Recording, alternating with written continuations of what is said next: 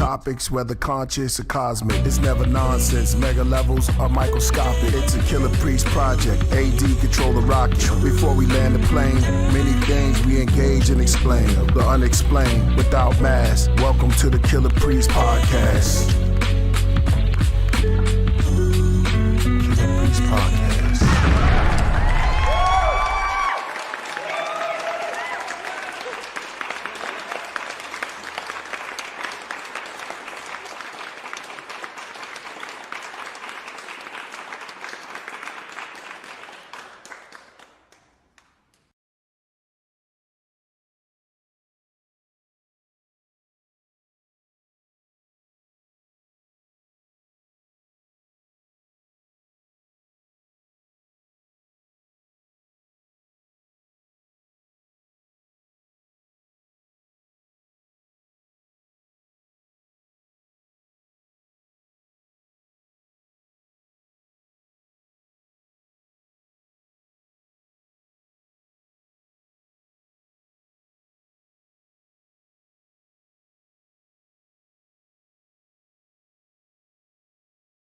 My bad. One more again. Oh man, now you can't. Oh wow. Take it from the top. Welcome. It was a lot I said. I forgot everything I said, but you know, we in the Scorpio circles, whatever that is. Oh man, I was gonna let it build up a little bit. It's 77. We in 11:11. I mean, it's time. Man, I said shout out to the Shada who came through. Last time it was incredible. What a great build. You know what I'm saying? We got to learn about Hathor, and that was a great. So shout out to her. And yo, it's going to be an incredible day today. I'm going to let y'all build up before I let y'all know. Could y'all hear me now? Yeah. All right. Welcome to the Killah Priest Podcraft. I am your host, Killah Priest. Running the rocket is none other than ADA Dizzle. Yeah, what's good? Welcome back. It's going to be a wild show. You already know. Let's go. Yeah, shout out to the architects. The architects in the building, Vinny Black Lodge, and my main voltage controller, no doubt. Vinny, what up? He said it's 11:22. Indeed. And we are on the dawn. It is out. Mr. Universe is out. It's going, man, thank you for the love. Make sure you get that album. We definitely need it. It's healing. Man, I can't wait for the day we have the great Tiye Phoenix coming through to drop some knowledge on us. Yo, this is going to be a great time. It's going to be a great time to be live. What I was talking about calling these Wednesdays, like the salon. Telekinetic, because the feminine energy is coming through now, and it's a great thing. No, it was a saloon. Yeah. No, the saloon is a cowboy. Salon is where a beauty shop. Yeah. You don't want to say salon, right? The binary beauty shop. Binaries. The binary. We'll get it together. I don't know about salon. Salon, no. Beauty shop like that?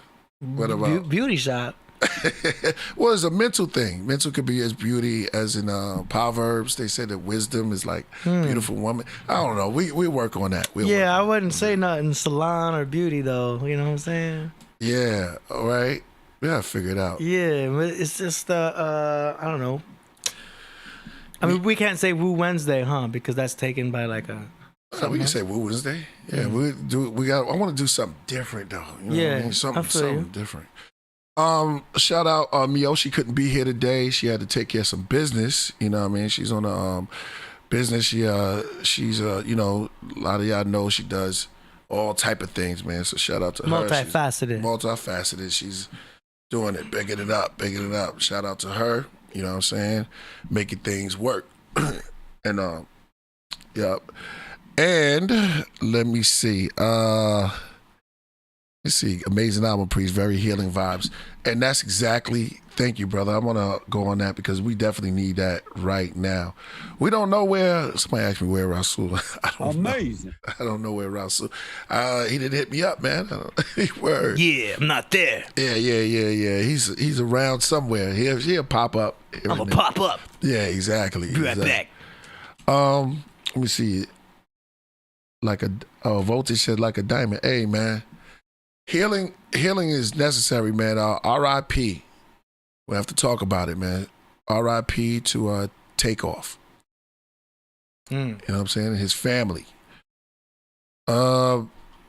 We need healing right now. We have to, as men, women too, but this is a man thing right here. You got to stop killing. We have to stop reacting.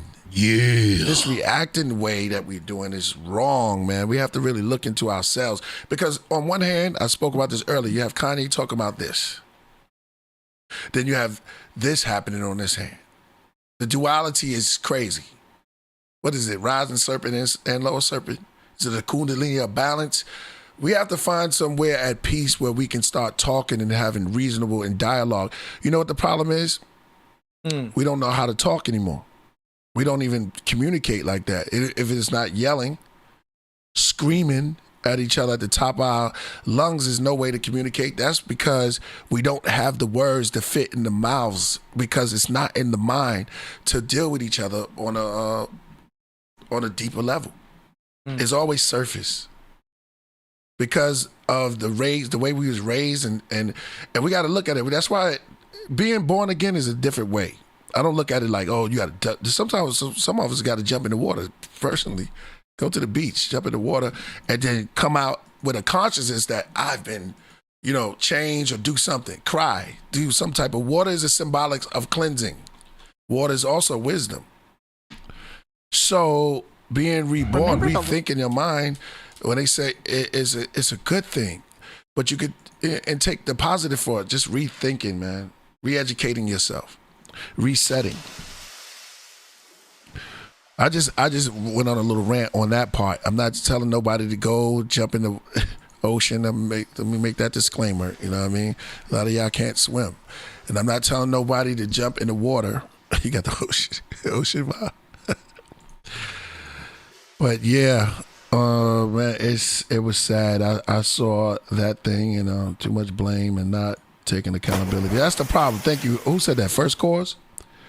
Perfect. Too much blame. Triple JC in the building. Shout out. Cecil, what up, man? Drop the bomb. That's ceaseless. It's just not showing all the way. Oh, I said Cecil. Oh, ceaseless. My bad. Oh, yeah, ceaseless. It's spelled Cecil today. Yeah. Shout out to that brother. He says, Coach. He says you're amazing. Amazing. Hey man, the album is out, man. We on the rocket. Mr. Universe is finally out. We're gonna have Jordan. I'm gonna do a live on it.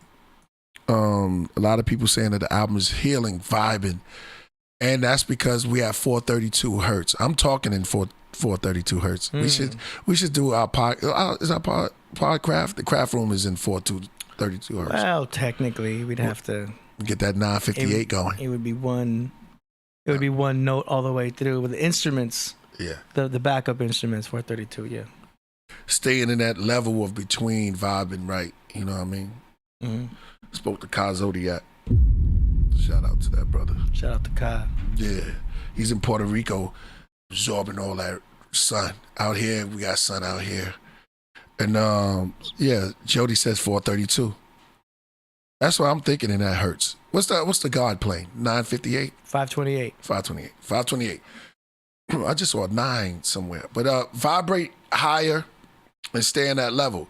And that's why you get in those frequencies. We got it. It's definitely important for people to get the album, Mr. Universe. And I'm not saying it just because it's me. A little bit of that. But I'm saying it because of the ingredients put in it. The ingredients came from a source of good energy. And when you get in that frequencies, I let AD break this down because he's into sounds. Sound of light. You know what I'm saying? The sounds. And that's what it is. So yeah, thank you, Ben. I love this craft room. Y'all are super smart. 528. That's right. Mm-hmm. Yes, indeed. Yeah, it all adds up. Mathematics is a part of. They call it numerology. They change them all up. They change up the names, but basically the same thing. Yeah, Demetrius is really into mathematics. He talks about it a lot. Yeah. Well, you start to learn math. Knowledge is wisdom. I mean, knowledge, wisdom, and understanding. Oh yeah, in that regard, for sure. Yeah, it's one step at a time. One step.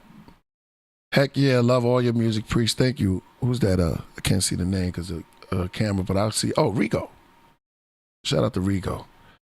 Happy Killah Wednesday. Yeah. Oh, we're going to call it Supernova-vember. November. Yeah. This is Supernova-vember. November. Yeah, November. Super November. Yeah, because it's about exploding stars. November. Yes.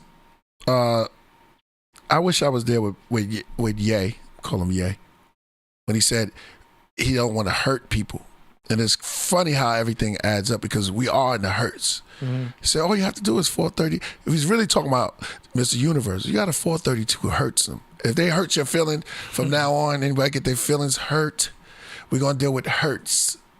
So we're going to turn it up and where we can turn hurting into a hurts of a vibration of feeling better about ourselves. Mm.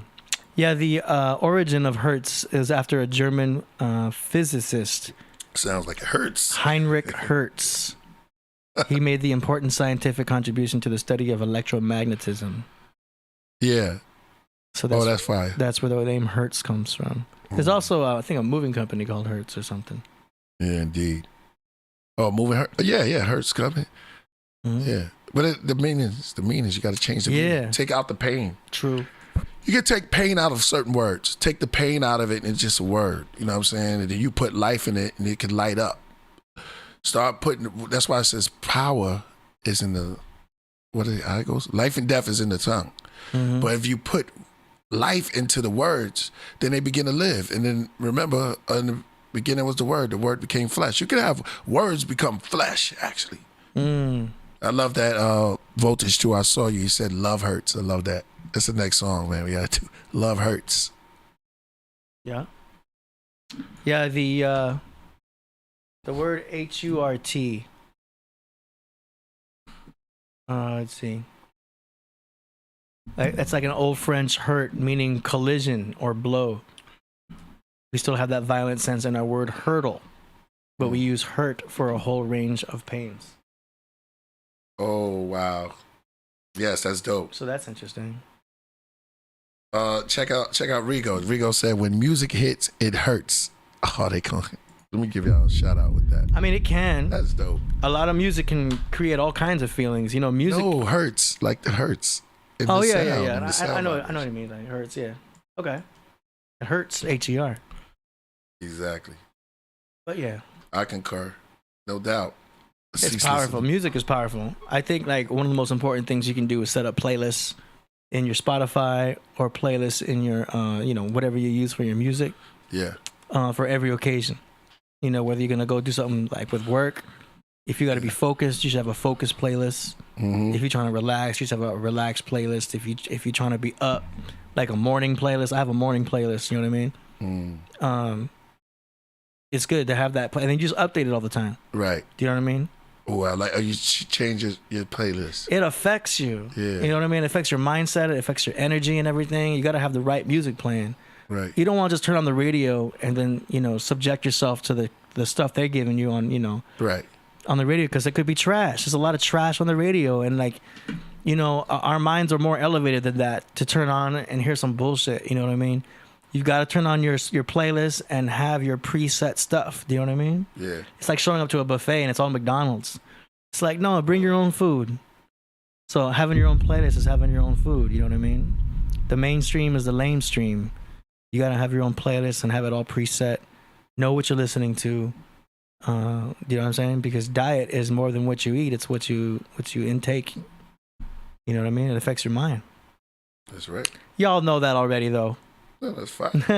No, what you're saying is right. Yeah, but the playlist is important, man. Playlist is important. The playlist of life. People wake up and they have a repetitive type of way of thinking, doing the same thing. You got to be insane.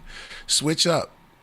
Switch up sometime, man. Yeah. You can't just do the same thing, think the same way. If you do that, you're insane. It's crazy. Unless it does something for you. Do you know what I mean? There's still people listening to some of your old albums religiously. Mm-hmm. Do you know what I mean? Because it impacts them in a certain way. It's like they like that feeling. It helps them. You know what I'm saying? Right. But I'm saying when we move forward, it's like, okay, heavy mental respect. You know what I'm saying? No lie. But going forward, I don't turn around and try to recreate it. I just want to make something different. You know what I'm saying? So like Mr. Universe, it is what it is. I think every album has their own theme. Yeah. This one is the ingredient of 432 is involved, and the words put power into it, and you could put power into your life. A room is still a room, Luther Vandross. Plug in. Really, it was the Carpenters. How many people know that? Karen Carpenter? Yeah, the Carpenters. A chair is still. I thought Luther Vandross made all of those songs, but he actually sung them over and took them over. Because anything he sings, he takes over. You can't. I don't know what it is about Luther Vandross' voice. It was just. I don't know. It was like Drake. I'm gonna get back to my point. Drake sings like shout out to Drake, but Drake sings like he has like a singing coach. Everything's. How many of y'all agree with that? But Drake sings like, my words are. I'm not going this far, but it's here, and he doesn't try this, but it's just so. It's like somebody says, sing the note like that, and it's just perfect. Mm-hmm. Luther Vandross, to me. Not trying to compare them, but he was the right pitch. He just had the right pitch. Yeah, Luther Vandross. Yeah, no, somebody Abdul Prez said high pitch with Drake. Yeah, Drake doesn't go high pitch. Yeah, he stays in his lane. He stays right there. And then when he does, he comes right back. Says, I tease you. Almost like he has a singing coach that goes, tease him a little bit here. There's Luther. I know, man, we going off. I don't know, I'm feeling good. What is it? Something I ate? I don't know. What'd you eat? I think it's the coffee. It's the coffee? Yeah, you got 2 teapots. Yeah, I'm ready for tea. Hey. Shout out to Coach. She's not with us today, but I did speak to her. She's, you go through things, man. You go through, somebody said you go through hell to come out right. Me and Voltage has been through hell, and we've been going through, and Dave Flores, and Myeoshe. You know? Everybody's been going through this now Quavo is going through it. I know the family is.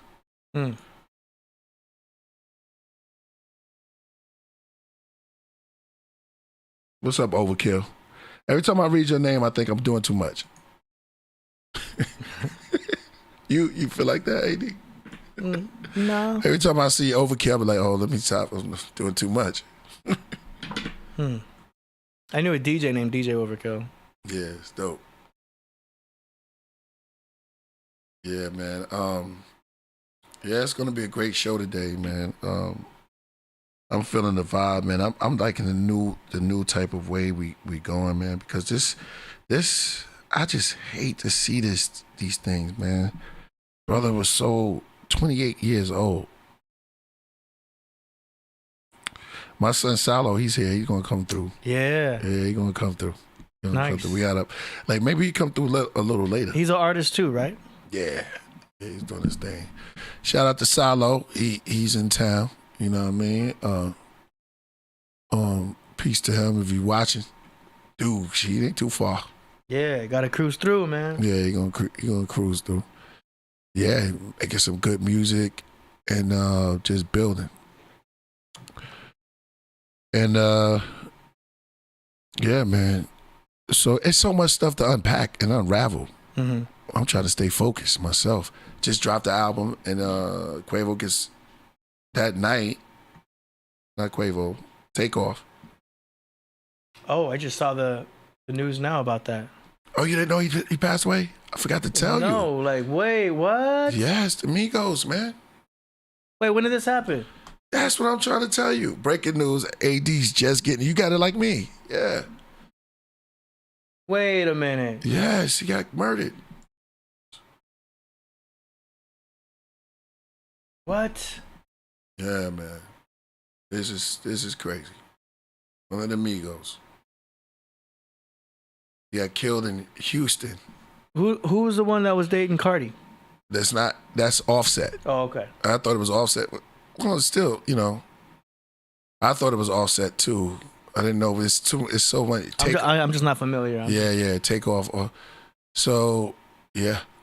He was shooting dice with it. Quavo was shooting dice. He don't even shoot dice. What? Yeah, yo. I mean, I wake up late, so it's like, yeah. I don't even look at Instagram that much when I wake up. But damn, that sucks, yo. Yeah, I read that too. I Am Design, Friendly Fire. So it was today. Yeah. What? Friendly Fire. Friendly Fire? Yeah, straight emotional. Shit. You ever saw Friendly Fire? I mean, on Call of Duty. Yeah. When it's switched on. How the 4th of July? Fireworks. Yeah, they call it Friendly Fire. They always putting some pepper and season and everything on there, man. I was messed up, man. Sorry, y'all. Damn, that sucks. Rest in peace. That's why I was giving. Well, why you think I'm on it like this, AD? This morning, I was like, you man, do your thing. I just let you do your thing. I don't even question anything. I didn't know. Yeah. I thought you were just shouting them out for something else. I don't know. Yeah, man. But that's crazy, man.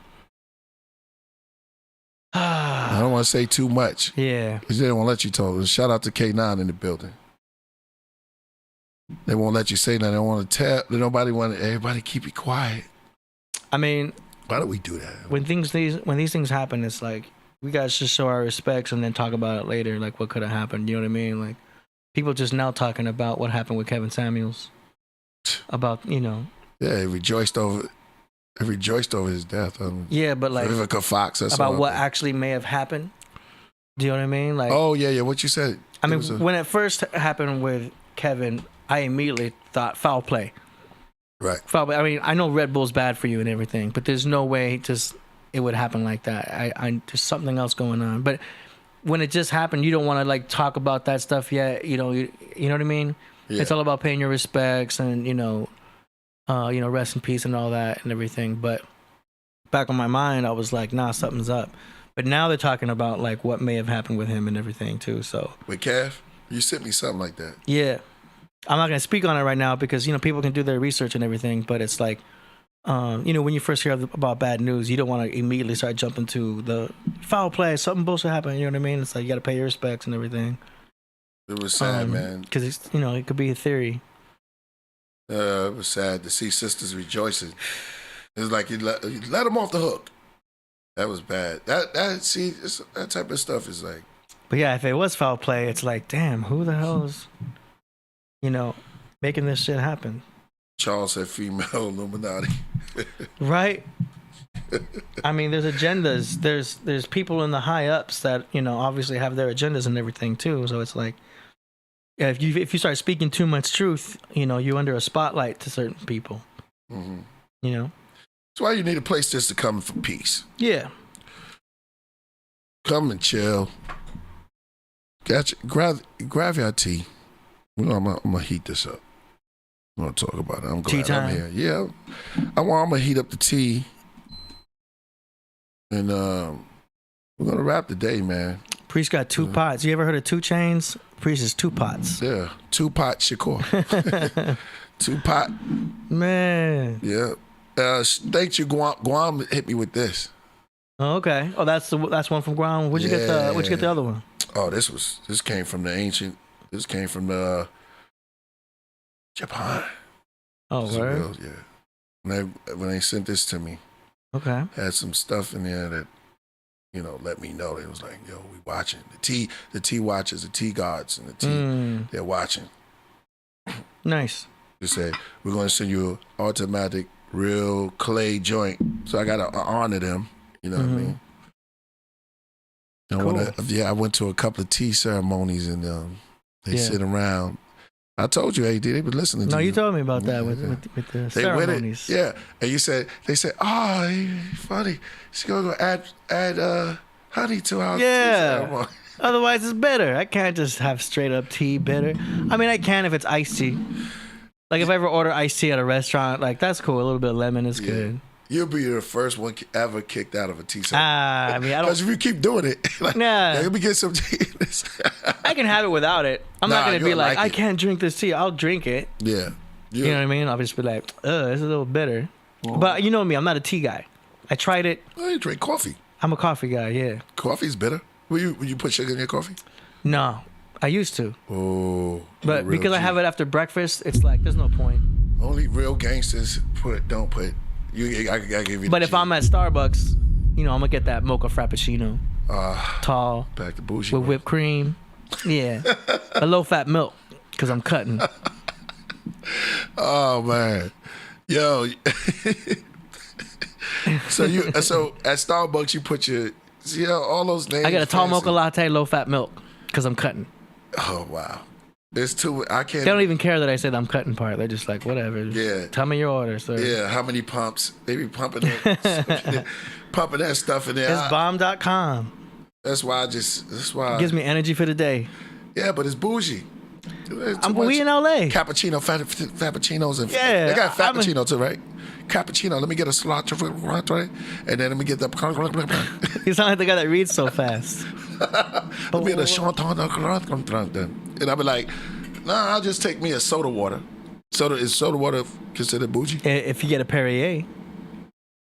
Then I fell victim. You get a Perrier. Perrier's bomb.com. I got some of that in the fridge too. Yeah, well, we got Perrier. I mean, gotta choose. Bougie is in the eye of the beholder. It's relative. It's in the pot of the pourer. What's bougie to one man is normal for another. Hey, that's what's normal for the spider is chaos for the fly. Okay. Grasshopper time. Yeah. Right. We got something for Fella B. What he said. We can't blame hip hop. Fella B. Yeah. He said we can't blame hip hop. It's not the car. It's the driver. It can happen to anyone. It's true. Who's blaming hip hop? Yeah, I agree with you, Fella B. Mm-hmm. It's not hip hop. It's the people that's in it. We just got to be more on point to who we hang around and where we be at as artists. Well, things happen, man. Mm-hmm. On another note, AD the philosopher, right, coming through. Hey. Yeah, y'all coming in the building, man. Make sure y'all hit that like, tell them that we are over here. Hit that super chat, tell them that we are building, we getting everything back together and growing from all our pain and going through it, going through hell just to come out right, man. Shout out to Born, Knowledge Born. He said some words, you know what I mean? Ginger Ale, though, I don't even know where that's at. Huh? Somebody said something about ginger ale. Oh, ginger ale. Ginger ale's good. Yeah. I used to drink that. Ever cut a ginger up and throw it in there? Ginger ale be like, what the hell is this? Well, orange juice doesn't. Orange doesn't taste like orange juice. Orange. I got guava juice too. If you want some of that. Guava. You ever had guava juice? What is a guava? It's a fruit. Yeah, I know, but how does it look again? I mean, Is it the purple joint? Yeah. Oh, okay. Or as Rasul would say, it's the purple genre. No, guava. Yeah, exactly. I'm thinking papaya. Papaya. Now, let me stop. I promise that I'll stop dissing certain fruits because I had to apologize to orange last week. I don't think orange is going to mind. Yeah. Shout out to orange. The sun looked bright today, too. That's a guava. Oh, yeah, it goes. Yeah, purple. You had guava juice? No. What color is that? Looks like a small watermelon. It's like a magenta. Yeah. What's that? Okay. I'm in the graphic design world over here talking about magenta. Yeah. Oh, is that where guava, the syrup, comes from? Guava honey. There's a guava paste. There's a guava syrup. There's all kinds of stuff. But it's a bomb ass fruit. If you get some guava juice, it's technically called a nectar. This is what I got right there. Guava nectar. Bomb. 1 cup. Now it only has half the vitamin C as orange juice, but it's still got other things that's good for you. We just doing fruit commercials today. I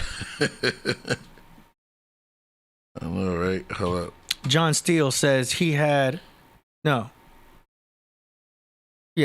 Steele says he had a sea moss, pomegranate, and cranberry tea today. Damn. A what? John Steele had a sea moss, pomegranate, and cranberry tea today. Oh, John Steele is in the lead. Word. With the most nutritious breakfast today. That's pretty good. He's getting the minerals with the sea moss. Yeah. He's getting the testosterone boost with the pomegranate. Mm-hmm. And with the cranberry, he's getting the iodine. What color was your sea moss? I know, right? You gotta ask me. Yeah, on this there's like, you gotta have, because Inky will come through. Yeah. What kind of sea moss you dealing with? You gotta have the leafly one, not the stringy ones. It's purple sea moss. What colors? We got the high yellow joints. We found out those was fake. You know what I mean? They said they were getting them from side of the road or something like that. I mean, there's so much moss coming out. Why you gotta have moss with me, man? It's like, it's so many different moss they coming out with, but that's good though. Shout out to pomegranates and cranberry. Yeah. You know what I mean? Dually. Pomegranates always been one of my top fruits. And you know that, pommy. Yeah. I call it pommy. Pomegranates. And cranberry don't get that much love because you damn near can cook with cranberry. You only need a little bit too. Yeah, little ball heads. They're like this. Little let me it's watch powerful. that. You can get the concentrate. They do this, they be saying priest throw up 3 6s and stuff. Yeah. Yeah, but they little, they small like that. You know what I mean? Yeah, you just need a little cranberry juice with some like ice and stuff. Like, it goes a long way. Yes, Dooley. Shout out to Dooley. He turned it gold. And that's a scroll. He says, Killah Priest, aura cleanser. Every release is like a hip-hop detox. Mr. Universe was peaceful and keep coming with him. Fly T-bars. Thank you, brother. Thank you. We need T-bars. We need to change it up. We putting, what kind of energy we putting in our music? You remember, this is universe. Oh, I'm not going to go on a rant. Rant? Yeah. I mean, this is a universe.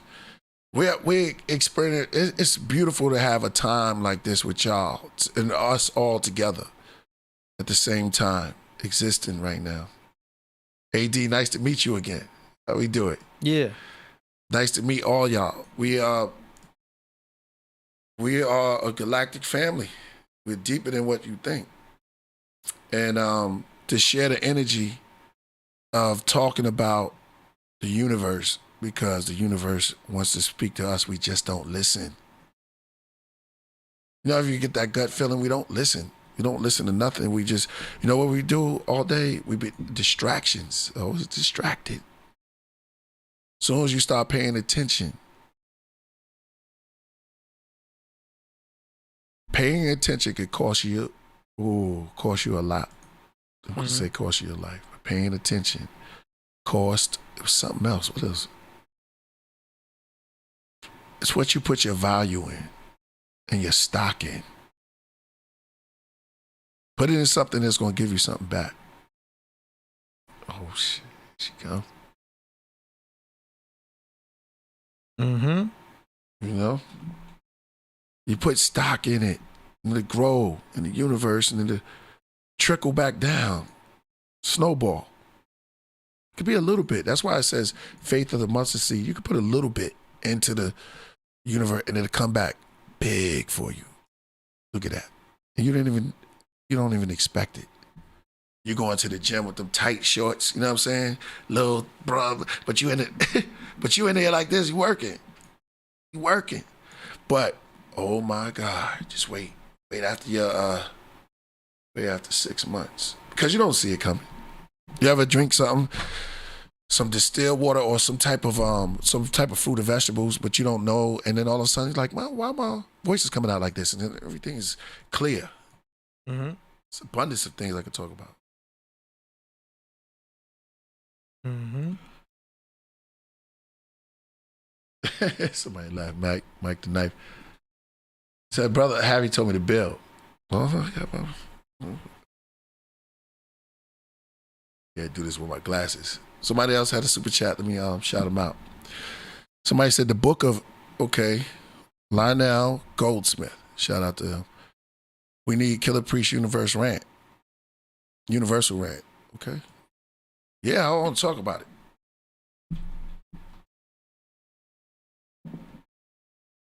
By the way, do I need to take that out? What? Out of the oven? Yeah. Take it out. Got you. Yeah, take it out. It's about that time. Hey, what up, Mojito? Shout out to Mojito in the building. Chilling. How's that cat nipping it out? And I'm going to pour some of the champagne raspberry white tea. How about that? Since Mr. Universe is out, man, we came together and we did the album. Every song, Throne Seed, Aged, man, Mr. Universe itself. It's for you, you know. I mean, it was something we just came up with, and glad y'all got it. Hey, grab me something, yo. It's too hot right now. Oh, okay, yeah, let it cool down. Yo, Priest just cooked some bomb ass chicken. I don't even make chicken, but you cooked that up. Yeah, I baked that. That smells good, man. Man, thanks. I use your seasoning. Yeah, you use seasoning I didn't even know I had in there. Yeah. Can't just throw stuff in the oven. I mean, because I make beef mostly, you know what I mean? So I just add salt. Yeah. I have a whole bunch of seasoning back there I don't even use. Right. Priest comes in here, brings his own chicken, cooks it up, adds his own flavors and everything. You up there whooping stuff up with the garlic salt and everything, and You got things in shaking it up in the bag. Like, you really cooking that good. there. Yeah. Now it smells like Thanksgiving in here. Hey, thanks for shout out to my man gonna give us out the Friendsgiving. Mm. Friendship won. He gave us a star in the rocket, no doubt. He said, "Thank you, Killah Priest, for Mr. Universe." No, thank you, because all of y'all are part of this experience and what we do as a collective. We are mind. And so, you know, it grows from what y'all give me. I just give it back. It's been condensed into a form of it to it crystallize into this collective, because so many great minds, you know what I mean? And you're a part of it too. And I'm gonna let the craft know that y'all are part of this. Everything that comes through. And now we're getting the feminine energy and balancing it out. See, this is a balance. Yeah. It's a balance. You gotta let it flow. It's a stream. You ever say the stream of thought? Mm-hmm. You gotta do that like this sometimes. Sometimes you gotta do that. Make some time for yourself. Mm-hmm. Put down the cookies. You know what I'm saying? I know you're gonna pick them up later. But make time for yourself. Season 3, you can always watch. I told you when we was in that pandemic, I was telling people, watch about these seasons. We got seasons. They had seasons on TV. See how they condense it? Mm-hmm. Now you're watching, you know, I fell victim a couple of times. He's going in my bag, yo. Oh, hey. Yo, Mojito, for real? Really? We got to put him on TikTok. Nah, Yeah, he's ready for TikTok. I don't even have TikTok. Well, Mojito's ready, because I'll be seeing some funny stuff. I'll be watching when they do the voiceovers. And me and you could do that too. You definitely could do it. Yeah. Voiceover for animals. Mm-hmm. Watch a couple. I was giving my Cartman voice. Yeah. The watches. Is that Ty ready to come in? Watches. She's ready. She's on standby. Oh man, come on. Man told me that. She's right there. All right, ladies and gentlemen, I saw the picture, but I was like, man, this is about to be on right now. Listen, everyone, get your thinking caps together. Let's open up our minds. Let's open up our minds. Let's open up our energy channels. and let's receive this. You know what I mean? This is about to be incredible. I already poured my tea because I already know. I tell about her rhymes alone. Mm-hmm. But she was there. She came through, and you know what I'm saying, when I was going through, she was on the show, handle it, her and her Kazodiak. Yep. I'm just gonna go. Yo, coming to the craft right now with me here, Ty, the great Ty Phoenix.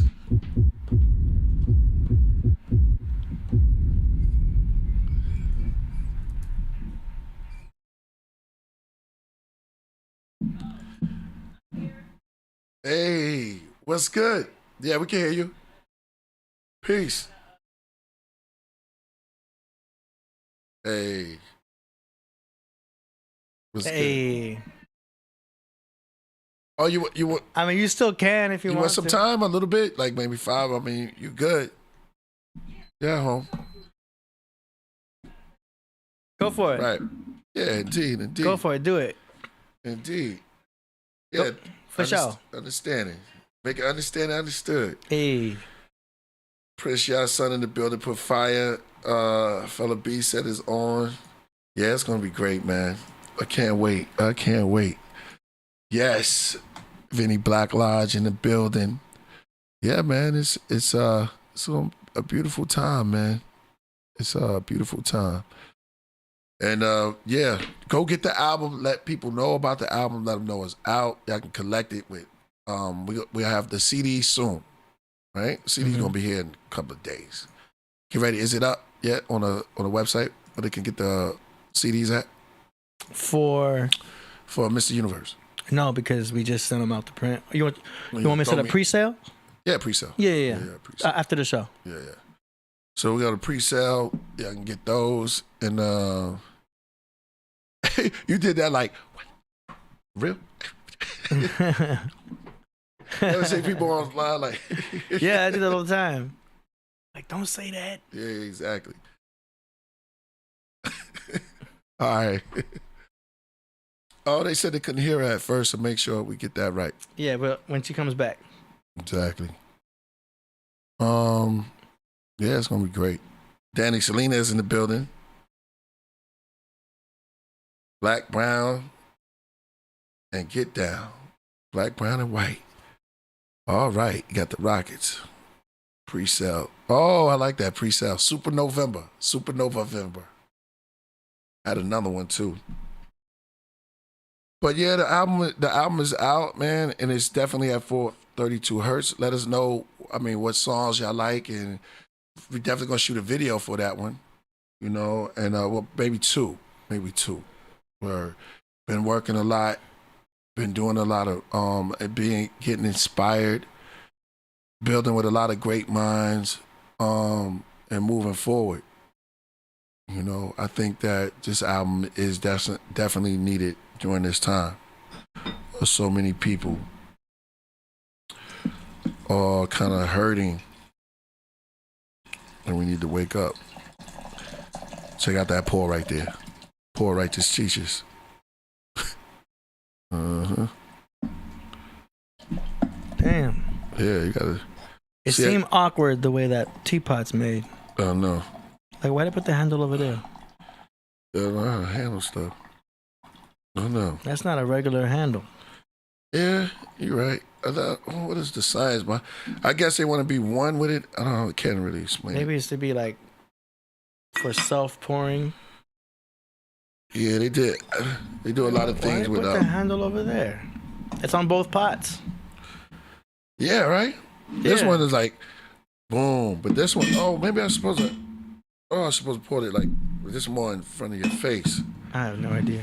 Get yourself a clay pot so you can experience this. It's a lot of, it's fun. Also, it feels like you're drinking tea. You know what I mean? I feel like, I'm drinking tea right now. Instead of one of those, you can run around with this though. Yeah. When your tea is that color, you have reached the Buddha. This is the color of the Buddha. Gold. I know somebody wants. Hey, Danny Selena says, "Can we play Rising Serpent?" Hey, Rising Serpent. While we wait for Phoenix, peace to the gods. Yeah. From the orbit to prehistoric, raptors, Tyrannosaurus, manamorphing from deep waters to auric, to Vikings at Nordic, to cold forests, stew cause of food shortage. Life was horrid, nights were warring, fighting swordsmen, bison sausage. At night, lighting torches, natives riding horses, dark ages, Christ on crosses, sages inviting forces, seance, Trayvon. They haunt liaisons, prompts, croissants, restaurants, glance at pawns, roused to that, glasses on, coffee, cigarettes, subs, vinaigrette, love, dinner sets, gloves, winter snacks, umbrellas, when it's wet, sun tellers, when it's wet, try all, the rise and fall, to be born, to die, and recall, disappear into the fog. I'm on my laptop, but I feel like I should use my phone. Okay. I have both of them right here. Yes. All right. Hey. Looking good. Yes, indeed. Eye to eye. I feel great. Yeah. Okay, why is there echo? Is it because there we go. We got you on here twice. I have two versions of you. Ooh, Yes. duality. That's because Mars is in Gemini right Aha. I knew it. And it's retrograde in Gemini, right? It sure is. Oh, see, I can't wait for you to talk about that because I'm trying to fit. I know about Mercury retrograde, but you need to tell us about that Mars retrograde. What? Yeah. Mars retrograde. Pluto is no longer retrograde. Saturn is no longer retrograde. Neptune still is. Chiron still is. Yeah, there's like Mercury is like the popular retrograde that everyone talks about more often. It happens 3 times a year, but there's a lot of retrograde activity going on usually all the time. Wow. Well, we had 5 planets retro, right? But now we only have 2. Neptune, Chiron, and Uranus. I'm sorry, Uranus is. Okay. So we're gonna dead the laptop because the laptop looks a little fuzzy, and we got a little better lighting here. There you go. All right, better lighting on the phone. Yeah, Does this look good? that looks good. Oh yeah, great. Aesthetic. How's my aesthetic? Good aesthetics. Oh man, my Libra rising approves. Yes, exactly. Exactly. So I heard you guys talking. I mean, when I clicked on, I know you guys like kind of get into the swing of the show and you were kind of warming things up. And I was like, they were talking about Kevin Samuels. Then it sounded like I caught the tail end of the subject matter that you guys were discussing, but I'm assuming it was Takeoff. Did you guys talk about? Yeah. Okay. Yeah, I thought that was what you were talking about. I had just learned about the situation because I guess it happened today. Yeah. He just heard about it. Yeah, when we was talking about the Takeoff. But yeah, messed up. What can you tell us about all that? Well, it's unfortunate. I'm gonna be honest with you. Can I be totally honest? Yes, please. Does the Podcraft allow me to be authentic? Yes. Say of course. We waiting.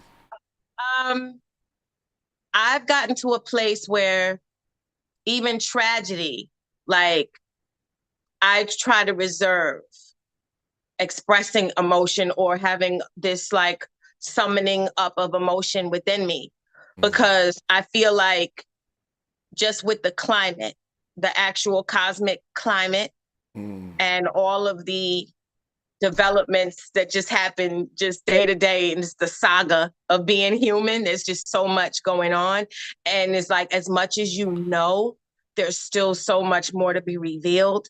And it's like obviously a tragedy, you know, is a horrific thing. No, I mean, I think people losing a friend, losing a son, losing a husband, losing a father, all of that's terrible. That's a given. But there's so many layers to things that happen nowadays. And just when you think you know one layer of the story, there's like 3-4 layers that surface. And to bring the astrology into it, I mean, this is the age of Aquarius where knowledge is going to be prevalent. And, you know, there's just a lot of revelation, particularly Scorpio is the sign of the veil. That's why Halloween occurs in Scorpio season, you know, the thinning of the veil. So there's a lot of unveiling and a lot of mystery that surfaces. And it's like when when you think you know something, you find out more information about these, you know, developments that happen nowadays. And to be honest with you, and I'm not talking about Takeoff specifically, I'm just saying in general about any human being, you don't really know what anyone is involved in their lives. You know what I mean? You don't really know, you That's know, I mean, true. yeah, you know what I'm saying? Yeah, Like, that's true. and that's not to say that we can't be compassionate or sensitive to, you know, the victims or the people who are suffering the loss of in any individual, whether you rap or you don't rap. You know what I'm saying? Grief is a human experience across the board. And we grieve, you know, people that we are going to miss when they transition, whether they rapped or not. You know what I mean? But it's like, That's true. it's just so much that comes to the surface in this day and time because we are in the time of unveiling. Just like what you guys were saying about Kevin Samuels, AD was saying that as much as his death was discussed on the internet, what was primarily discussed was people rejoicing at the fact that he was dying. Nobody discussed, well, it was what happened. Was there foul play? But like nobody discussed anything. Yeah. Right. Yeah, just like you said that. I agree with you. Right. So you never know. That's true. Yeah, man. I was thinking about. It just keep coming and crazy stuff like that. I was just speaking on that part. Yeah. Maybe it's that Scorpio time, and like you were saying. Scorpio season is, you know, intense. Right. Scorpio is the sign, as you know, of death and transition. You know, death and transformation, they come together because people often want new things and they want to, you know, transform and transition and, you know, transfer into new, you know, realities. But in order for that to happen, old realities have to die. That's the thing. So death and transformation come together. So even, you know, my family out there who practices tarot or reads tarot, you know, when you pull the death card, that doesn't necessarily mean literally that somebody is going to transition. It means that something is being born. That's what the death card means in the tarot. Not like Wow. going to that, but yeah, it just means something new is about to happen when you pull the death card. But death and transformation come together. So we're in that season where you may actually see literal death. I mean, like what we just obviously witnessed. And yeah, we actually seen it too, right? It's on film. It's crazy. I didn't click any links, me personally. Yeah. I didn't click any links. Right. That, you know. Show that, yeah. Somebody sent it to me and it caught me out there like, oh.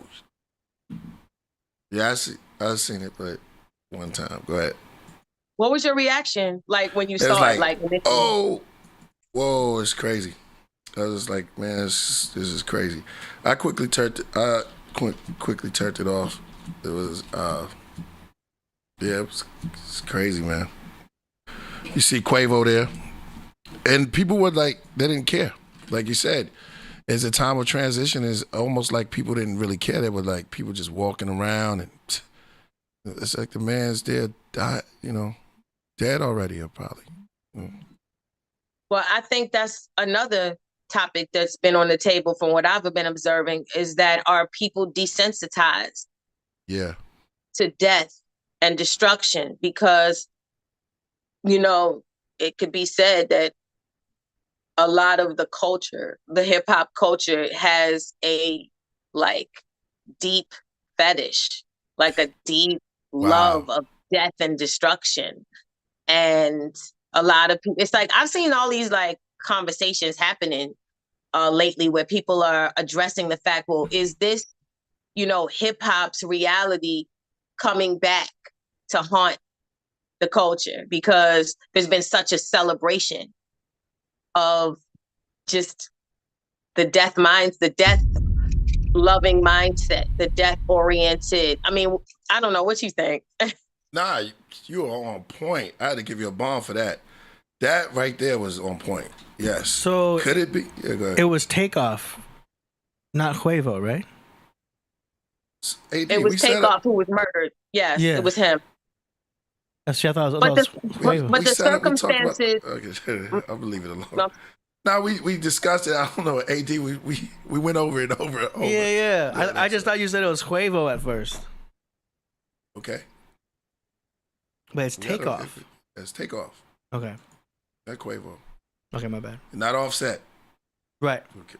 You know what's so crazy? Yeah. I did a performance last night in New York.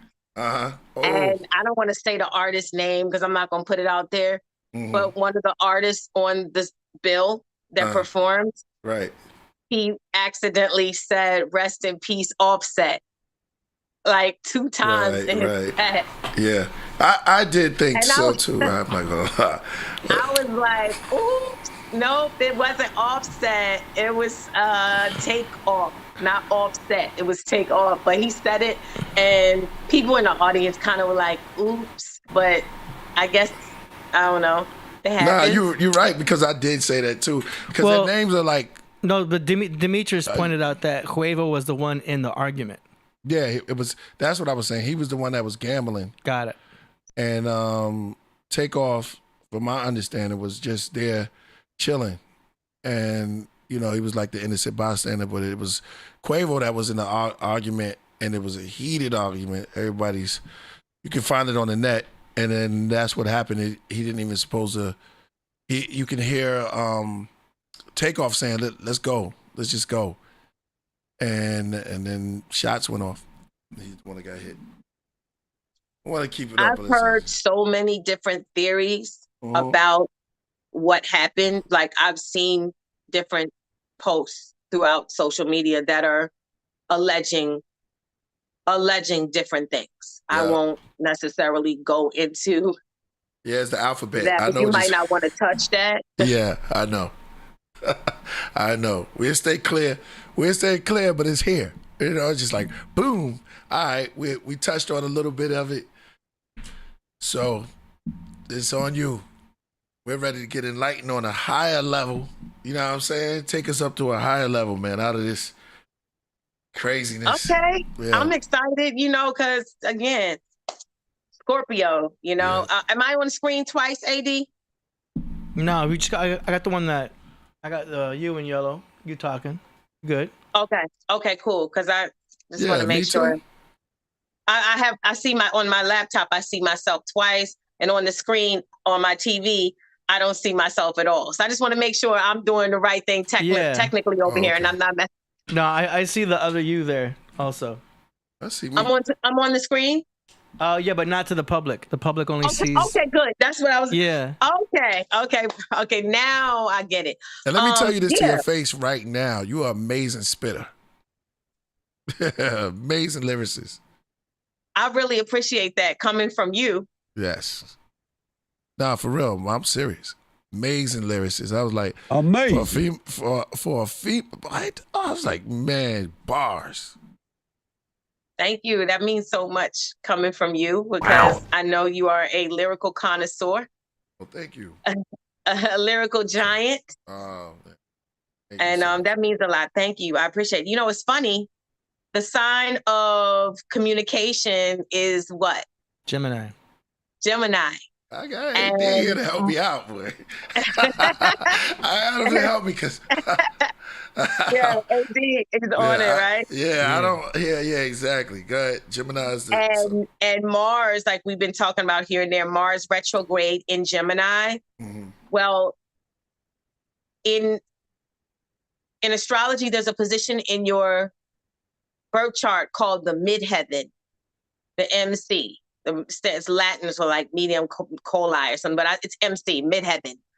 And the midheaven is the top of your chart. So think about where 12 o'clock is on a clock. Right. It's at the top.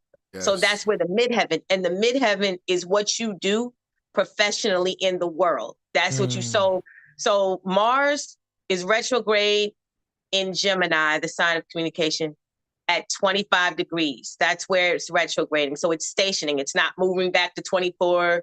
It's not, it's right now, it's just stuck at 25. Do you know what my midheaven is? What?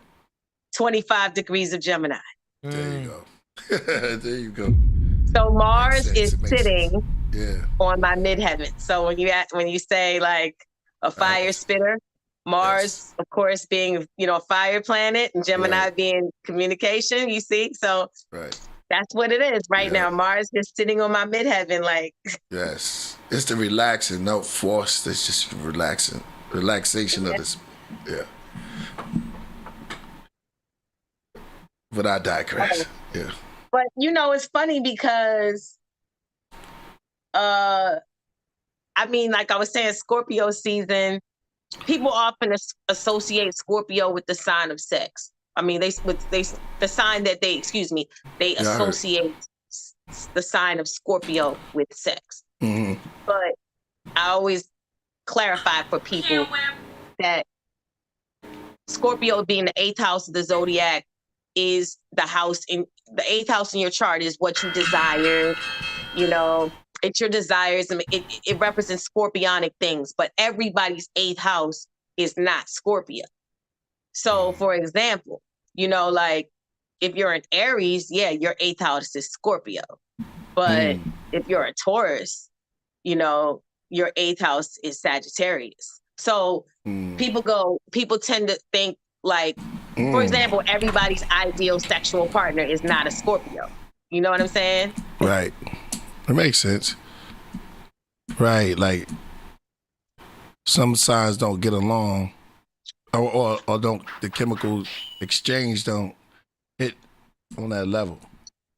Yeah, it makes sense. But every time I hear about a Scorpio, Scorpios are freaks. Yeah, everybody say that. But you know what I have found? And of course, I don't have the experience of being with every Scorpio alive. Well, matter of fact, I don't think I've ever been with any Scorpio. I've never been with a Scorpio ever. What am I saying?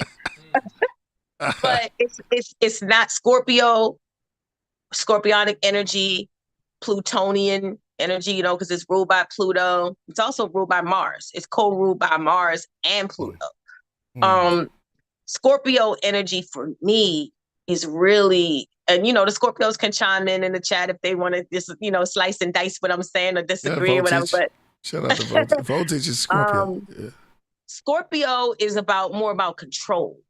And sex is not the only way that people can be controlled. It is one way that people can be controlled. But Scorpio for me is more about control, because Scorpio is also other people's money, like other people's possessions. You know, Scorpio, again, like we said, death and transformation. So, and merging.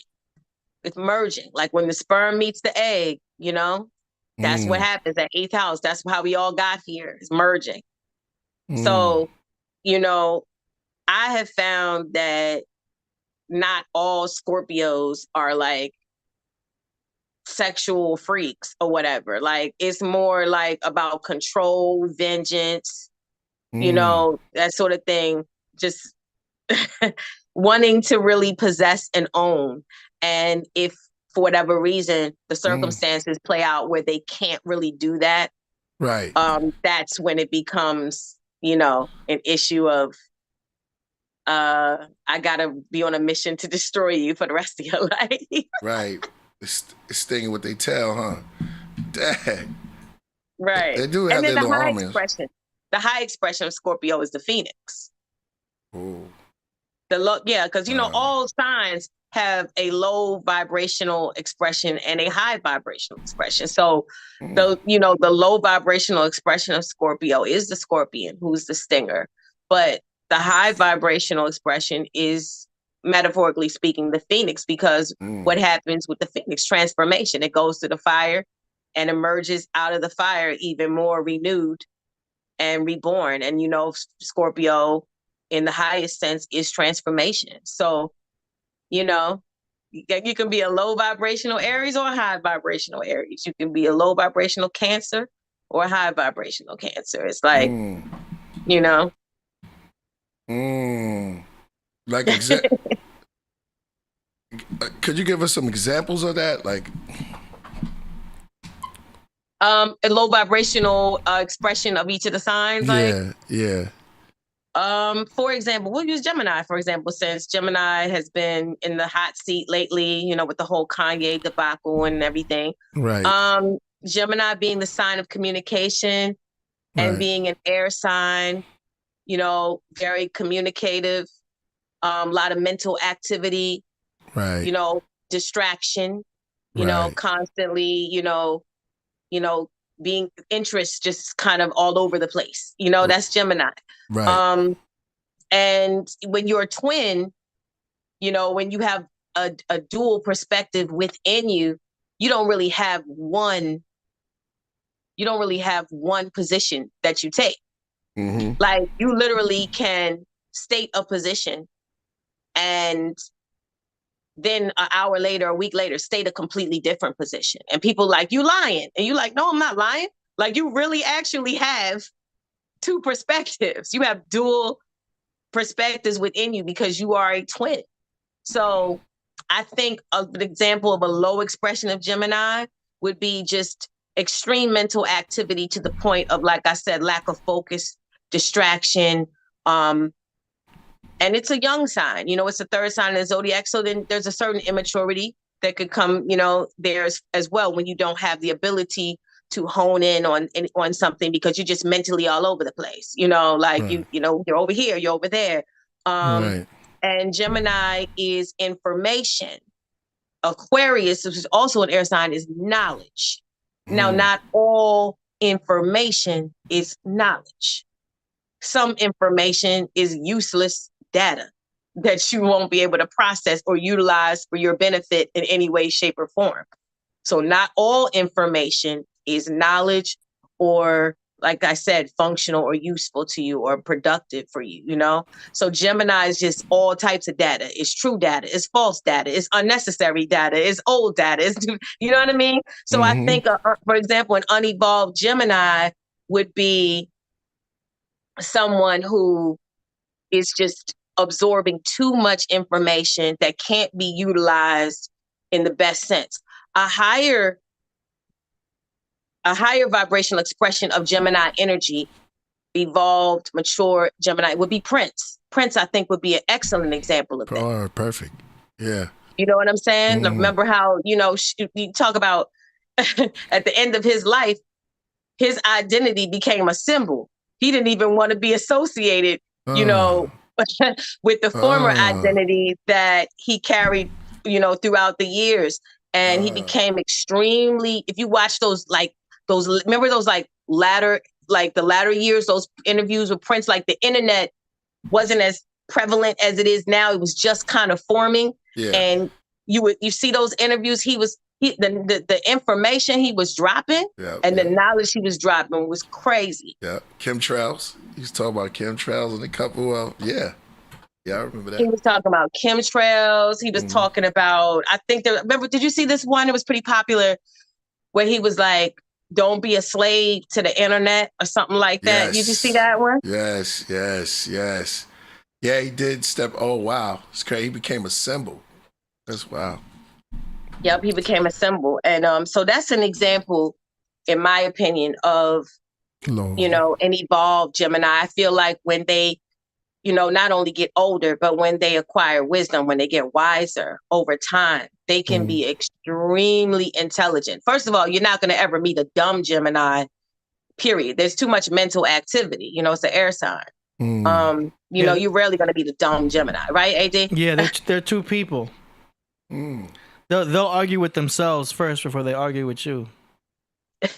But they're two people. But they're like Johnny Five. Like, they absorb information, like input. That's like What, Lauren Hill? Yeah. Lauryn Hill. Yeah. And then of course, there's other factors that you have to take into consideration as well. Like, where's the moon? Where's that person's moon sign? What's their rising?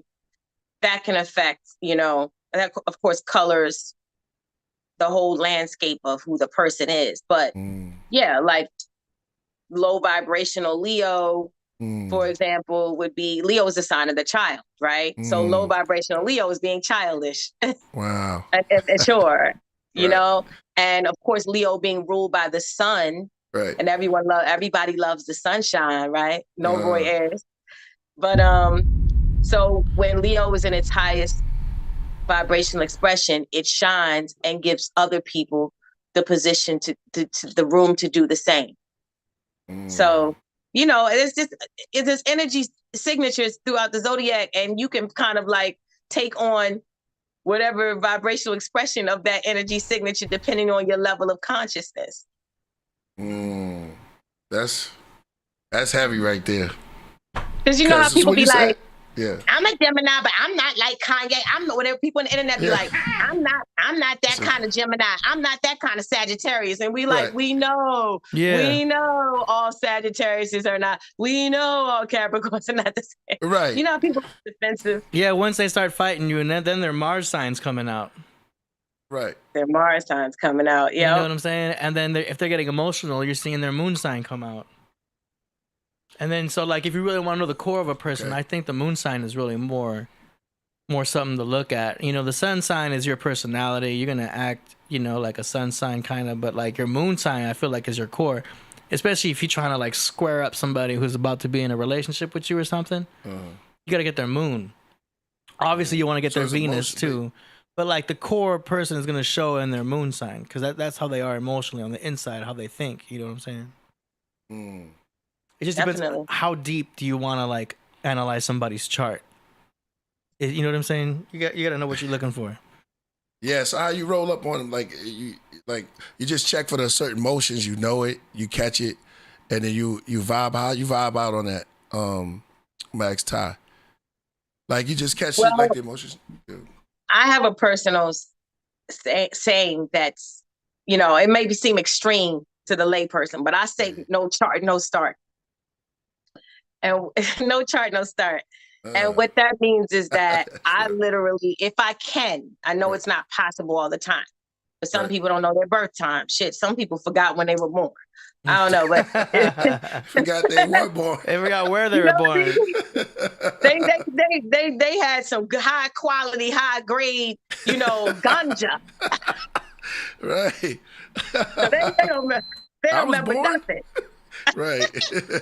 Right. No, I'm just playing. But I try to get everyone's birthday because there's no accidental meetups in the universe. Even if this is, again, it gets very like a sensitive topic and people often feel away about it, but there's no accidental occurrences at all in the universe. Even like, for example, not to go there, but Takeoff.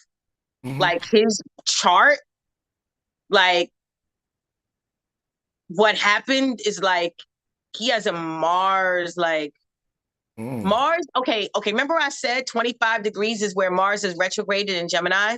Do you know what Takeoff's sun is? 25 degrees of Gemini. Oh, yeah. Oh, wow. That's great. I'm going to say that again. Mars, the planet of violence, has retrograded at 25 degrees of Gemini. Takeoff's sun, 25 degrees of Gemini. This, if you get into astrology, it's like a rabbit hole that you will be drawn to just explore further and further, because everything that you investigate, you're going, and that's only one aspect. I could keep going. Like his North Node is in Scorpio. And it's a Scorpio season. And so it's it's a lot. When you have to go into Takeoff's chart, we're not going to make this about Takeoff's chart, but I'm saying if you do this all the time, you might be like, I met this person when I was in CVS today. And then two days later, when y'all having a phone conversation, you're going to find out where the planets were at that time, or whatever in that person's birth chart is somehow aspecting something in your chart or whatever. This is how you just end up like being mesmerized by astrology, and you never let it go, because men lie, women lie, the stars don't. Everything is designed. And I'm not saying astrology is the only cosmology that you can use to figure out the inner workings of earthly happenings. You can use numerology, people use cardology. There's other, esoteric sciences, but they all line up. That's the thing. If you're dealing with truth, you can shift into different modalities, and everything is going to line up.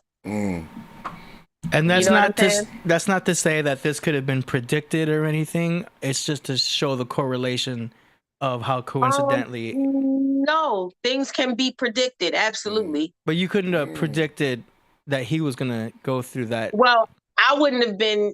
I'm gonna be honest. I wouldn't have been looking at Takeoff's birth chart like just on a regular day. I would have never. But if, let's just say, he was an astrology client. I would have told him that there's a Mars-Pluto quincunx in the transits that's exactly aspecting your sun degree. Like, don't, try not to be. I would have told him that. If if I had known him personally and he was a client, or I would have said, your nodal return, you're having a reverse nodal return, in Scorpio, which is the sign of, death. I mean, I personally, when I talk to my clients, I try not to like be doom and gloom at all. Right, I really but you could have given him caution that there would be something like potentially, scary around that time, based on the chart. Especially in Scorpio season, I would have told him that his north node's in Scorpio. The Mars Pluto, I think there's a Mars Pluto opposition in his chart. Something that like a first year beginner astrology student could have looked at his chart and been like, wow. Because see, here's the thing. For example, like the Mars Pluto aspects, not only in Takeoff's chart, but in anybody's chart, Mars Pluto denotes violence. People who have Mars Pluto aspects have usually experienced some type of extreme violence, or they've witnessed it. At some point in their lives. This is like, you can like look this up online, like the murder of Malcolm X or anyone. Like there was some sort of like Mars, Pluto, either aspects in their birth chart or in the transits happening at the time. Like this is like known in astrology. So like I said, had I known him personally, I would have said something. This is what I tell people that have like a Mars Pluto conjunction or Mars Pluto opposition in their chart. I don't say, like if I see like, well, the sun is going to cross this or Jupiter's going to cross your Mars, whatever. I won't say, like I said, doom and gloom kind of stuff to make them. But what I will say, like I'll say, this is what I say. Right. You can tap into the highest expression of this aspect in your chart. The highest expression of Mars Pluto is self-transformation. That's what I tell people. Tap into, like, don't be somewhere where you're going to be around people that have 10 guns on them. And you have Mars. Yeah, exactly. I would like to hear that. Yeah, exactly. Give it to me straight. Exactly. No chaser. I want you, let me know. You know what I'm saying? Is it dark?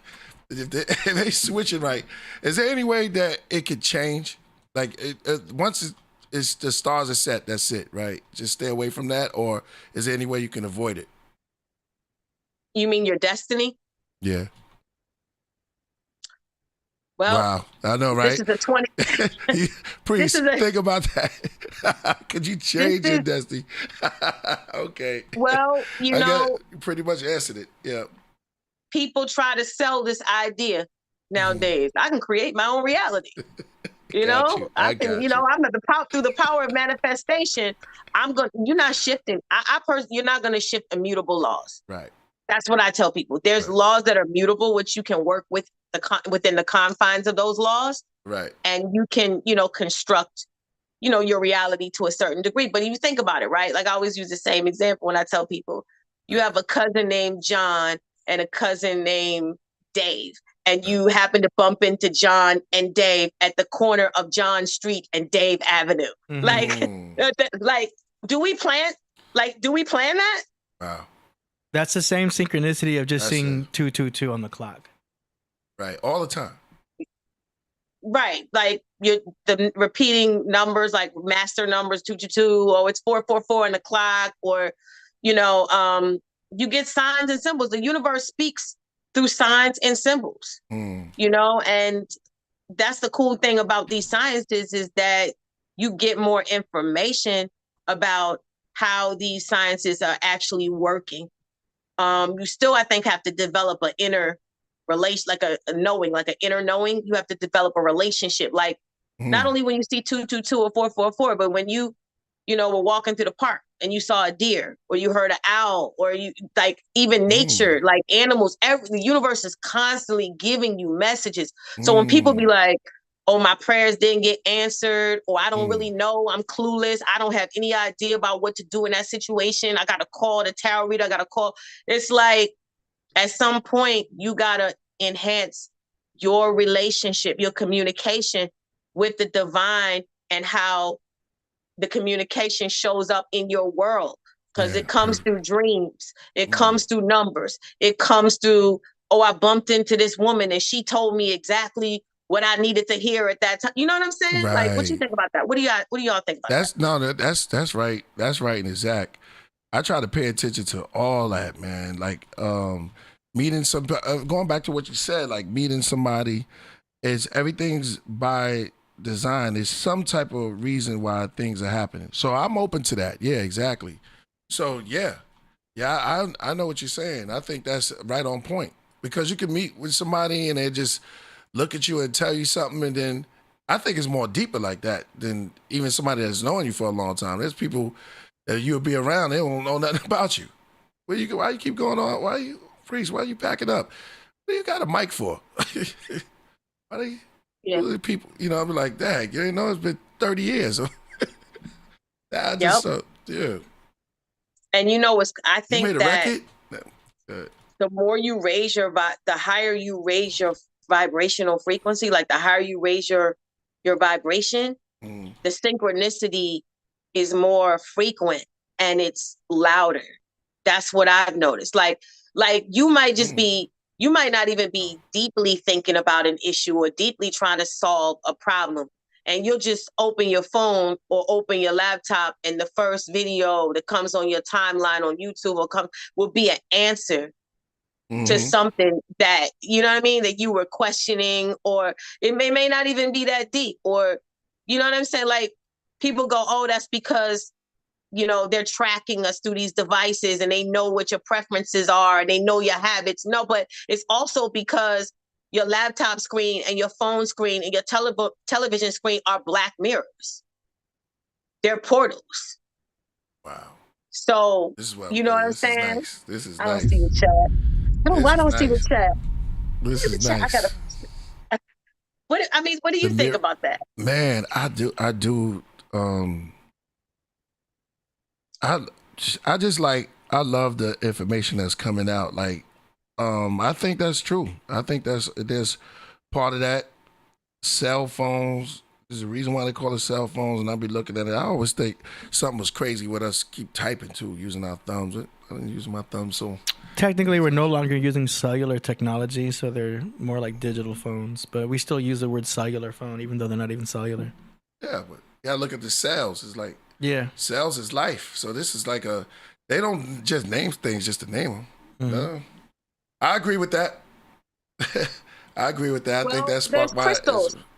The crystals in these devices. Here we go. I think they developed a harmonious relationship with the crystals within you. Your blood is, crystals. Like you're crystallized human. So, you're crystallized human form. So I think the crystals in these devices, like they call these devices smart devices because they're trying to mimic your natural intuition. They're trying to copy who you are. You have a natural intuitive relationship, with the cosmos. So they say this is smart devices, but they're never going to be smarter than you. Well, unfortunately, they are smarter than some sections of humanity, because some people are just the light switch is in the off position. But for the most part, like I really believe that. I don't think it's just where they're tracking you and they follow, you know, your purchases on your Visa card, so they know the last 10 things you bought. That's why these, you know, particular products pop up on your timeline, and they want you. It is that, you know, with these apps selling your personal information to companies for, you know, for business, but it's all because these screens are black mirrors, and you are, you know, entering a portal every time you have an interaction with these devices. So it becomes like a harmonious resonance. That's why this whole AI thing is going to get out of hand, because, you know, you really going, like, you're not having a relationship with your computer where, you know, it can reflect videos back to you on your TikTok timeline or your IG timeline. No, have like AI, like they really want to merge, like on some cyborg shit. They really want you to merge with these smart devices, you know. Yeah. Just to add on to what you said, what's that game when you put it like virtual reality games, and you're putting on those what do they call Oculus? Oculus thing? Yes, the Oculus. Yeah, they put it on your head, and they be having people fighting. So they are bringing what you're talking about to that level. Yeah, definitely, they are bringing that to that level. Yeah, and for me, I'm gonna tell you, Priest, like, as far as like being ready to make the full entrance and conversion into a metaverse, I'm the first one to be honest with you. I don't fully comprehend. I don't like comprehend the motive of like the whole mindset behind it. Like, oh, I paid $30,000 for a house in the metaverse. Like, that's weird to me. Like, I can't really live in that house. So I'm still I'm gonna be honest, like, I'm being transparent. I'm still processing it. I'm still processing NFTs. I'll get it, I guess, or not. You know what? Yeah, I know, man. I'm be honest with you. Man, it's like when it first hit, I used to think it was some type of funny scam, but I don't know. Everybody was pushing this. You know, AD believes in the technology, and I'm like, yo, everything will move up. But yeah, the metaverse it's here, so I don't want to speak. It's a touchy subject. Yeah, you that's not with it yet. I know they pushed me to it. It's for our tech cats. Where our tech cats at, man? Yeah, because y'all gotta explain it to us. Me and Ty, we don't know. I don't know. Yo, and we not embarrassed to admit that we not sold. I'm not sold. Like, I don't, you know, like Pluto is gonna leave Capricorn and go into Aquarius, and that's when things are really gonna get weird. That's Pluto, you know, being like, again, ruling Scorpio, the planet rules sex, and Aquarius is AI. It is future. So you're really going to start seeing people going to court and stuff because they want to marry robots, like the movie Centennial years ago with Robin Williams, where, you know, right, the relationship, like we're really on the precipice of that. Oh, robot sex. Wow. Yeah, I know in Asia, it was like a couple of months ago, they were showing a lot of people that were actually leaving their girls and marrying robots and get with the robots on a sexual. They got like sexual clubs with robots. So wow. It's just you and me, Priest. It's just us. We the ones that don't get it. No, yo, robot love make it. Give me some of that robot love. Oh, wow. Computer love. Yeah. That's crazy. Well, machines, I guess they were breaking it in early. Yeah, talk a little bit more about that. Yeah. Okay. Being as though, again, this is the season of Scorpio, and Scorpio is a water sign. Okay. And water deals with emotions. So I believe that human beings, with all of their emotions, the fluctuation of their emotions, you know, how we can change our minds, and how one of the challenges of the human experience is to learn how to coexist with I'm particularly speaking about the opposite sex, just finding that happy medium, that that middle ground. Oh, the men are logical, women are emotional, men are rational, women are, and just constantly trying to find that balance. I think some people have given up. So when you're like fucking robots, you don't have to worry about those kind of things. Right. Right. You know what I mean? Right. It's not. Does that make sense? No, it does. Yeah, it does. It makes a lot of you don't have to worry about too much stuff. Like, what are some of the stuff you got? I mean, you don't have to worry about. They might get a little jealous when you go to the car shop or anything that deal with robots. No, you grab what is it? A vacuum. That's a robot. They might get a little jealous on that tip. You pushing that. What you doing with that vacuum? I seen you pushing it. But that's the thing. Have they? Oh, that's right. Elon Musk did reveal, or somebody revealed. No, the guy. Did you hear about that? Who got fired from Google because he revealed to the public that Google had made. AD, tell me if you find this on the internet in the story. They Google created like a sentient robot. Like you're talking about, like being angry, being jealous, like robots, do they have those emotions? Can they respond? Like he got fired because he revealed to the public that they did create a sentient robot, like who could get mad, who could feel some type of way. They got. I know that story came out. Somebody probably heard about it. Wow, where you at? Yeah, AD will be back in a minute. Yeah. Oh, okay. Yeah, exactly. Yeah, man, that's crazy. Robots, I think they're going to take it to that level. I think we're at that spot where they're going to take it to the level. Why half step with it when people are already buying into it? But God is like yourself. You're aware and you really know, you know what I'm saying? You know what's going on. Yo, craft room, y'all better, I'm telling you, wake up. This is crazy. You know what I'm saying? It's like, wow, know what's going on and woke from all these crazy things that's happening out there. Because you're going to find yourself waking up next to a robot. Well, people are, if people are done with people, if people are done with people, then that's the next step. Like, I think you miss out on the necessary experiences that are key to your evolution when you give up on, I think that's where the lessons are, even though it may be difficult at times to relate to others and to try to create a synergy with other people. So when you deal with computers and robots and smart devices, you don't have to worry about, bumping heads with other people. You don't have to worry about the clash that can exist between, humans and just really trying to peacefully coexist. But I think that's a cop-out. I feel like that's where the beauty of the growth is, when you can really try to figure out how you can synergize with someone. You know what I mean? Yeah. Yeah, you think, because the relationships are now that they're all kind of like crazy. It's like there's the chemistry level, working on getting to know somebody.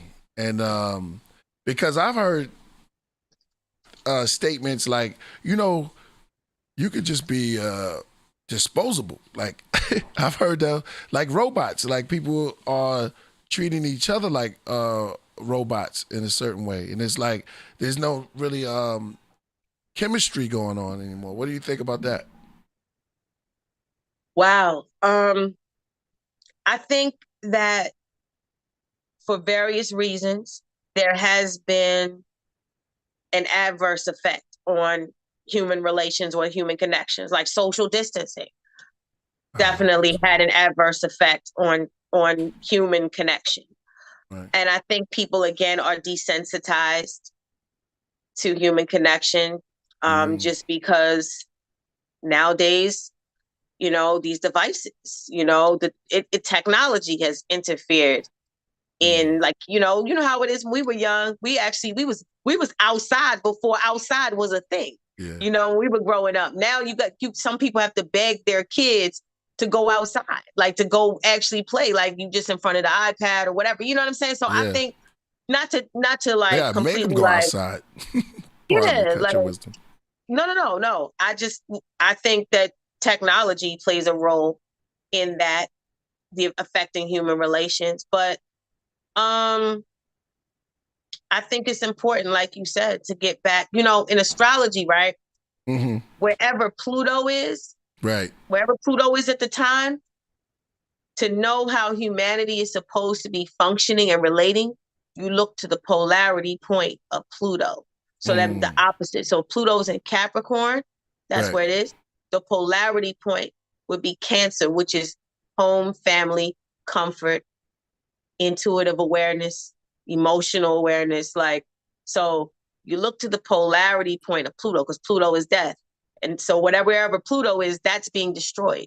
So Pluto in Capricorn means the old traditions are being destroyed. The ideas that we've upheld for so long, you know, that old establishment that just not going to work, that's being broken down. So the polarity point would be feeling and caring. Cancer is a sign of care.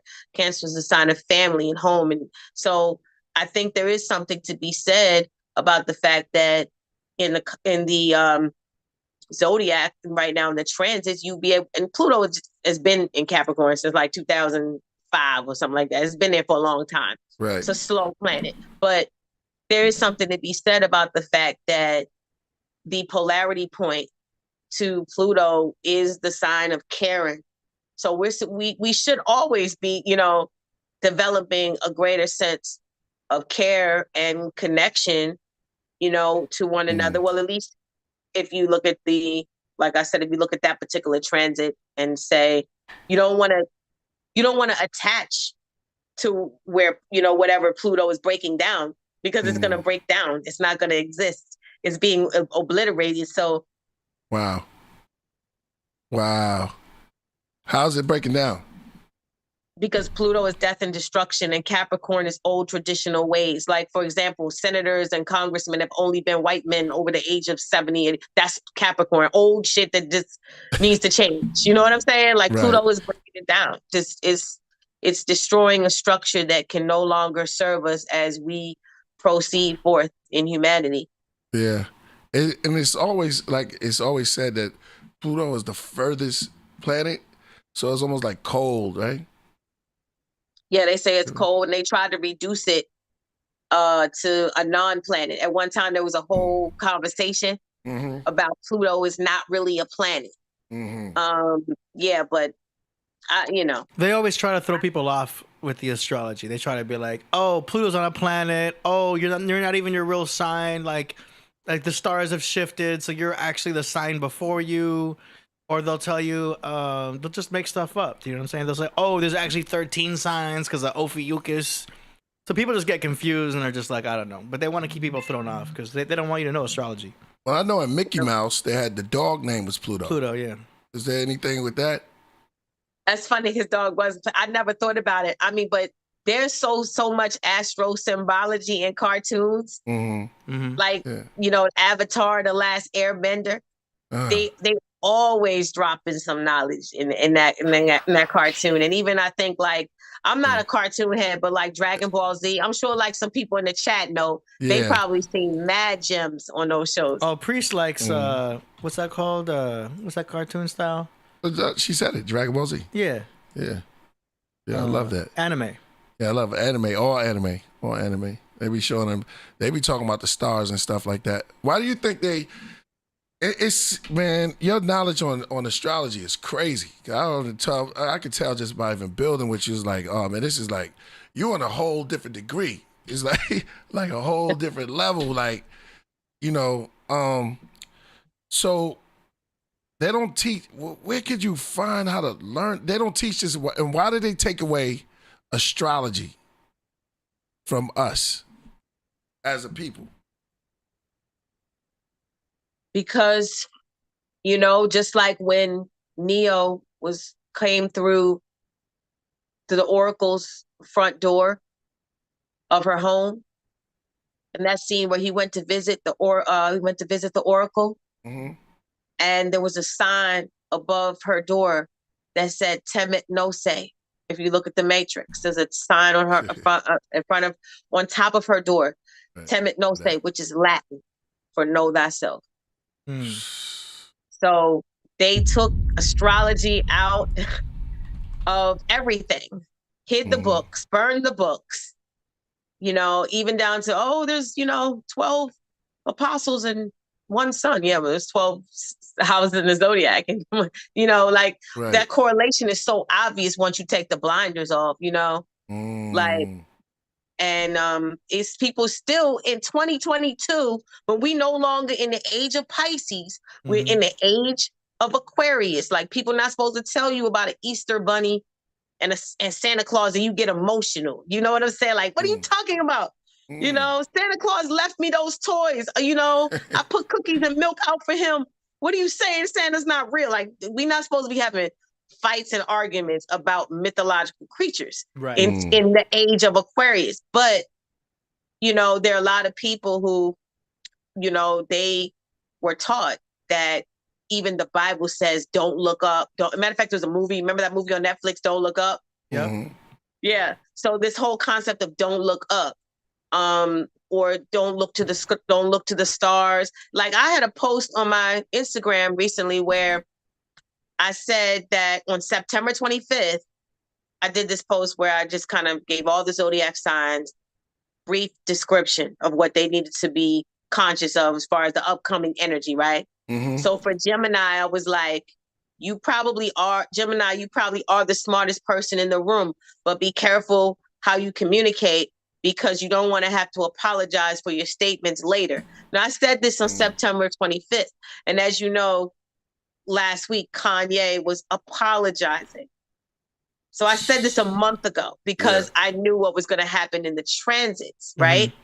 So here's the thing. And if somebody came in the comments was like, that's witchcraft and you're cheating. You're not supposed to look into the spirit world.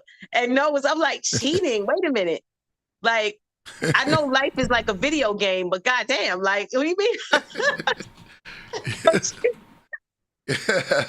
Couple of You're lives. cheating. Forgive them, for they do not know. Said That's I was crazy. cheating, looking into the spirit realm. And I'm like, no, I was actually just looking at mathematical angles between the planets. And I knew that, that's what it was. Like, it wasn't, and what they did when they removed astrology from everything, when they extracted it and replaced it with, mythos, which is not a bad thing, but organized religion deliberately obliterated astrology from the doctrine, from the text, because they knew, again, Temet Nose, once you know yourself, can't nobody fuck you over. Can't nobody, pull no wool over your eyes. It's like me saying, and this is lightweight. That saying a Gemini, be mindful, so you don't have to apologize a month from now. And I said that a month ago. That was because I knew Mars was going to retrograde in Gemini. Mars is angry, Gemini's communication, and Jupiter was going to retrograde in Pisces. And Pisces is the sign of apology. And Jupiter and Mars are squaring each other because Gemini and Pisces square each other. Pisces is the 10th house, which means the public. Pisces is the public house for Gemini. So that is a public apology. That is why I said that. It wasn't psychic ability. It wasn't guessing. It was literally knowing astrology why I said that. So, and astrologers do this all the time. Yeah. Shout to all the respectable astrologers. Kyle Zodiac is a master teacher. Rasul is a master. Like, shout to all the, well-learned, Right. You want me to hold them up and give them a shot? Whoever said that. It's one for them. Headshot. All right, yo, explain it, because I know we was building before. Explain to us how they weaponize sexuality. Oh, yeah. So you ready to get into that? Okay. Yeah, man. It's time. Yes. It's time. Weaponize sexuality in spiritual warfare. Is the chat ready? Yeah, they ready. Y'all ready, chat? We about to go there. All right. So in recent times, obviously, for different, for these, because of these different tragedies that have occurred, not just Takeoff, rest in power, not just Nipsey Hussle, not just Pop Smoke, whatever. Like in recent times, we've been discussing how violence is a tool in spiritual warfare, clearly, right? The death mindset, the death culture that is a part of hip hop culture. That is a spiritual warfare tactic because people are what? Repetitiously speaking death over themselves, death over the people around them in their communities. You know, I got the Draco, ... You feel me? Like, you know what I'm saying? Like, that's what it is. It's so common to where I'm seeing now. I'm going to this. I'm gonna ease over to the sexuality. I just want to say something about the violence in a minute, because sex and death is Scorpio. So we still in the same. We on a wave, Scorpio wave right now. Right. But just to touch on the violence thing. Okay, so now people are actually saying, "Hey, wait a minute. We got to be a little more conscious and deliberate with our speech. We can't just be so reckless and just think death, speak death over one another, you know, even if it's just labeled as entertainment. You know what I'm saying? Now the conversation is on the table. So violence being used as a tactic in spiritual warfare to destroy an entire culture, that is now something in which we are giving our focus. But let's take it a step further, because, you know, it's going to come out eventually, so we might as well be the first ones to touch on it. Let's talk about sex being weaponized in spiritual warfare and used as a tool, therefore, to destroy. Right. Nobody's talking about it, but eventually it will be discussed. Okay. Let's do it. Sexuality. Well, first of all, let me say something about the South Node in Scorpio, right? In astrology, there's two placements, one called the North Node and the South Node. This is in everybody's chart, but it's also in the transits. Like it's the North Node of the moon and the South Node of the moon. The North Node is what you came here to master. The South Node is what you already did. You're already familiar with it. So the North Node, you're not as familiar. It may be territory you haven't covered, right? So the South Node, for at least a year now, some change or whatever, it's been in Scorpio. So the opposite of Scorpio, Taurus, the North Node has been in Taurus.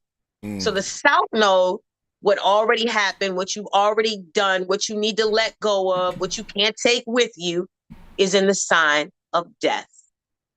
So that is why you are seeing now people going, we need to stop glorifying death, because the South Node in Scorpio has demanded it. Now, the North Node in Taurus, the opposite of that, Taurus is a sign of self-value, self-worth. It's your possessions, right? So the North Node in Taurus says, no, we need to develop our self-value. We need to develop our self-worth. If we're constantly talking about how we want to destroy each other, we're constantly talking about how we want to wipe each other out, you know, we're not valuing humanity. We're not, you know, we're not celebrating life. You know, the opposite of life is death, right? Right. So the South Node, which has been in Scorpio, says there's some scorpionic things that you have to release. One of those would be irresponsibility to your sexual desires. Scorpio is the sign of sex and desire. Now, your desires are not your enemy. Your desires let you know where your passions are. You know, there's nothing wrong with having desires. Right. Let you know, like, what you like and what gets your blood, you know, flowing, what gets you excited. Your desires are the key to unlocking what your passions are. But if you're a slave to your desires, right, run you, well, that's when, you know, you become a prime target at that point, or you become an easy target, rather, I should say, for attack. In spiritual warfare, because in spiritual warfare, the weapons are not always easily detectable.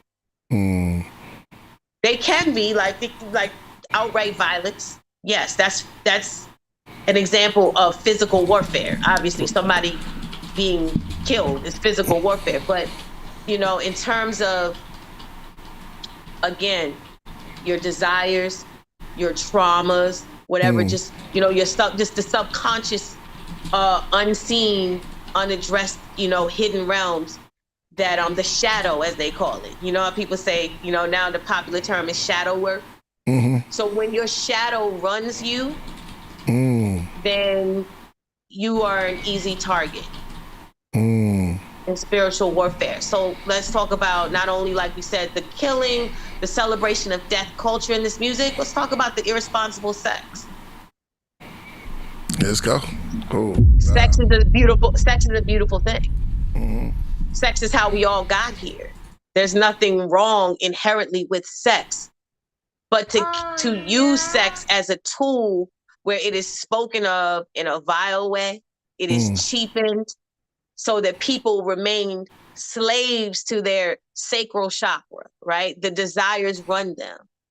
Then you have people who are lacking control. Because I mean, if it's not like, you know, not to reiterate Kanye or whatever, but I think he did point that out in that Drink Champs interview that was pulled. He was like, most of these songs is like, I'm gonna kill you, I'm gonna fuck your bitch. I'm gonna kill you, I'm gonna fuck your bitch. He said that, right? Yeah. So, you know, if every song is, you know, I don't value my... Go ahead, I'm sorry. Nah, you're gonna smash my piece. You smashed up. You smashed up the street. You smashed in the crib. You smashed when I was there. You smashed when I was left. Okay, we get it. Okay, it's over and over and over and over with the same thing.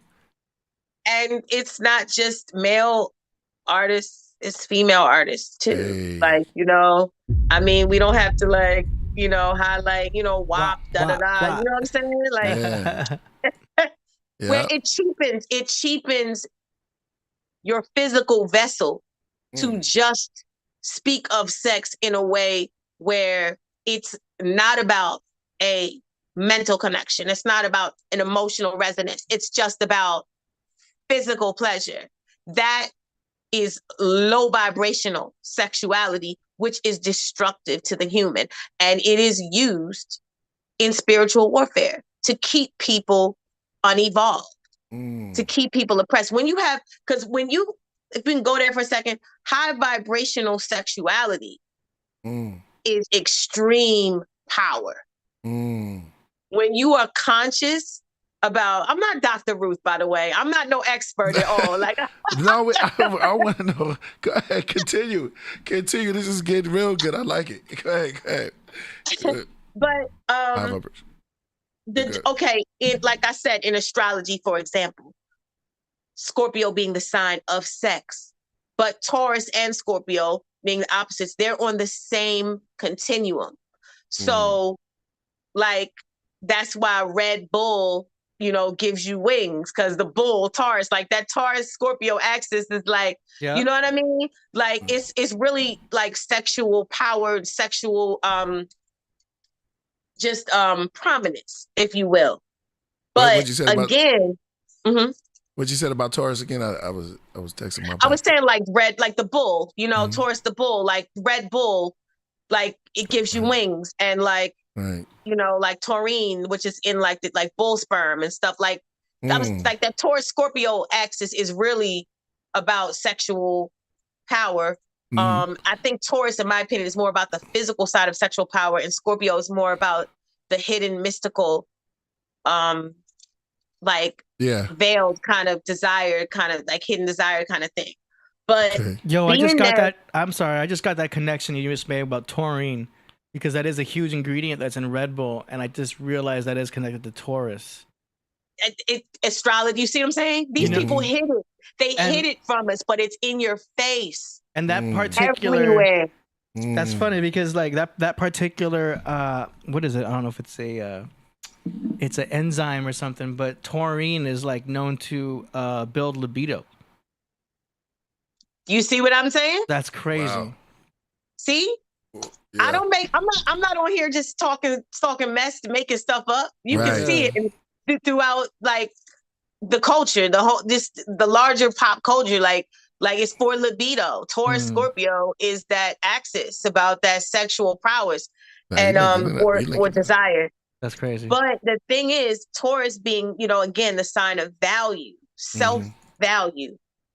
So when you get into the metaphysics of sex, then you consider that the more you value yourself and the other person, the more powerful the sexual exchange. So where these songs emphasize that the other person is devalued, you're devalued. You was just this. You was just a munch. You was just whatever. You know what I mean? All the stuff that they talk, like, there's no real value there. But the truth is, you're compromised spiritually, and the other person is compromised, and the power exchange, the power dynamic is weak. When there's no real value there. So the more you like someone, and the more they like you, like they generally think of you, in a high regard, and you have sex with them, like, for example, I'm just really like exposing myself on this episode terribly. Let's go. Okay, like Aleister Crowley, right? God. Oh man. I'm not, well, yeah, maybe I am an occultist anyway, but Aleister Crowley, right? Right. He always said that you can't practice sex magic on a prostitute because that's not someone you value. So using the womb as a garden, if you will, to plant the seed in order to develop and grow an idea, or in order to produce something, you won't get the same results. This is Aleister Crowley. I'm not saying I confirm, deny, or co-sign. I'm just saying that. No, I'm listening to see what Alex said. Aleister Crowley, right? Yeah. Yeah, somebody, I'm looking at the chat to look over the chat. Somebody said Aleister Crowley with the question marks. You know how like Soulja Boy be like Drake? Yeah. Somebody said Aleister Crowley. Yeah. Come on. He probably has some pieces that, They're not everyday names for many people, so it's like, what? Yeah. Y'all want me to slow down? No, you keep going. They're gonna keep up. Mm-hmm. Okay, yeah. Crowley was wild in his days. Huh? Age of Aquarius. We got to catch up. You're right. Yeah. So, all right. So if Taurus is self-value, and the value, not even just like how you value yourself, the worth you assign to yourself, but your actual like bank account, your actual possessions, and somebody else's possessions. That's Taurus, Scorpio. Your possessions is Taurus. Their possessions is Scorpio. Your money is Taurus. Their money is Scorpio. It's like the axis of value. So what that says metaphysically is that the higher the value, the higher the power. Remember, Scorpio, Pluto, it's all power. It's about power. So we're dealing with the metaphysics of sex. So in these songs, right, where sex is devalued, the act is devalued, the other person is devalued. It's just about me getting momentary pleasure. I'm a slave to the orgasm. I'm a slave to my sacral chakra. My desires run me. Then now you have low vibrational sex because there's low value. Does that make sense? So you can't really create, because the reality is, like, if you are having low vibrational sex, you are demeaning and diminishing your personal power. Nothing's coming out of that. You'd be better. You'd be better off being. You'd be better off either just containing that energy, right? Because you're holding its currency. It's currency, right? Yeah. So you'd be better off holding it. It's better if you like the person. Celibacy. I'm not necessarily advocating celibacy. I'm not saying be celibate or don't be celibate. But what I'm saying is that when you hold your power, you're powerful. Yeah. Yeah, I heard that. I forgot the name of that. Sex is always better when you like the person. Exactly. But I'm not. I can't really advocate for semen retention either, because I don't have semen.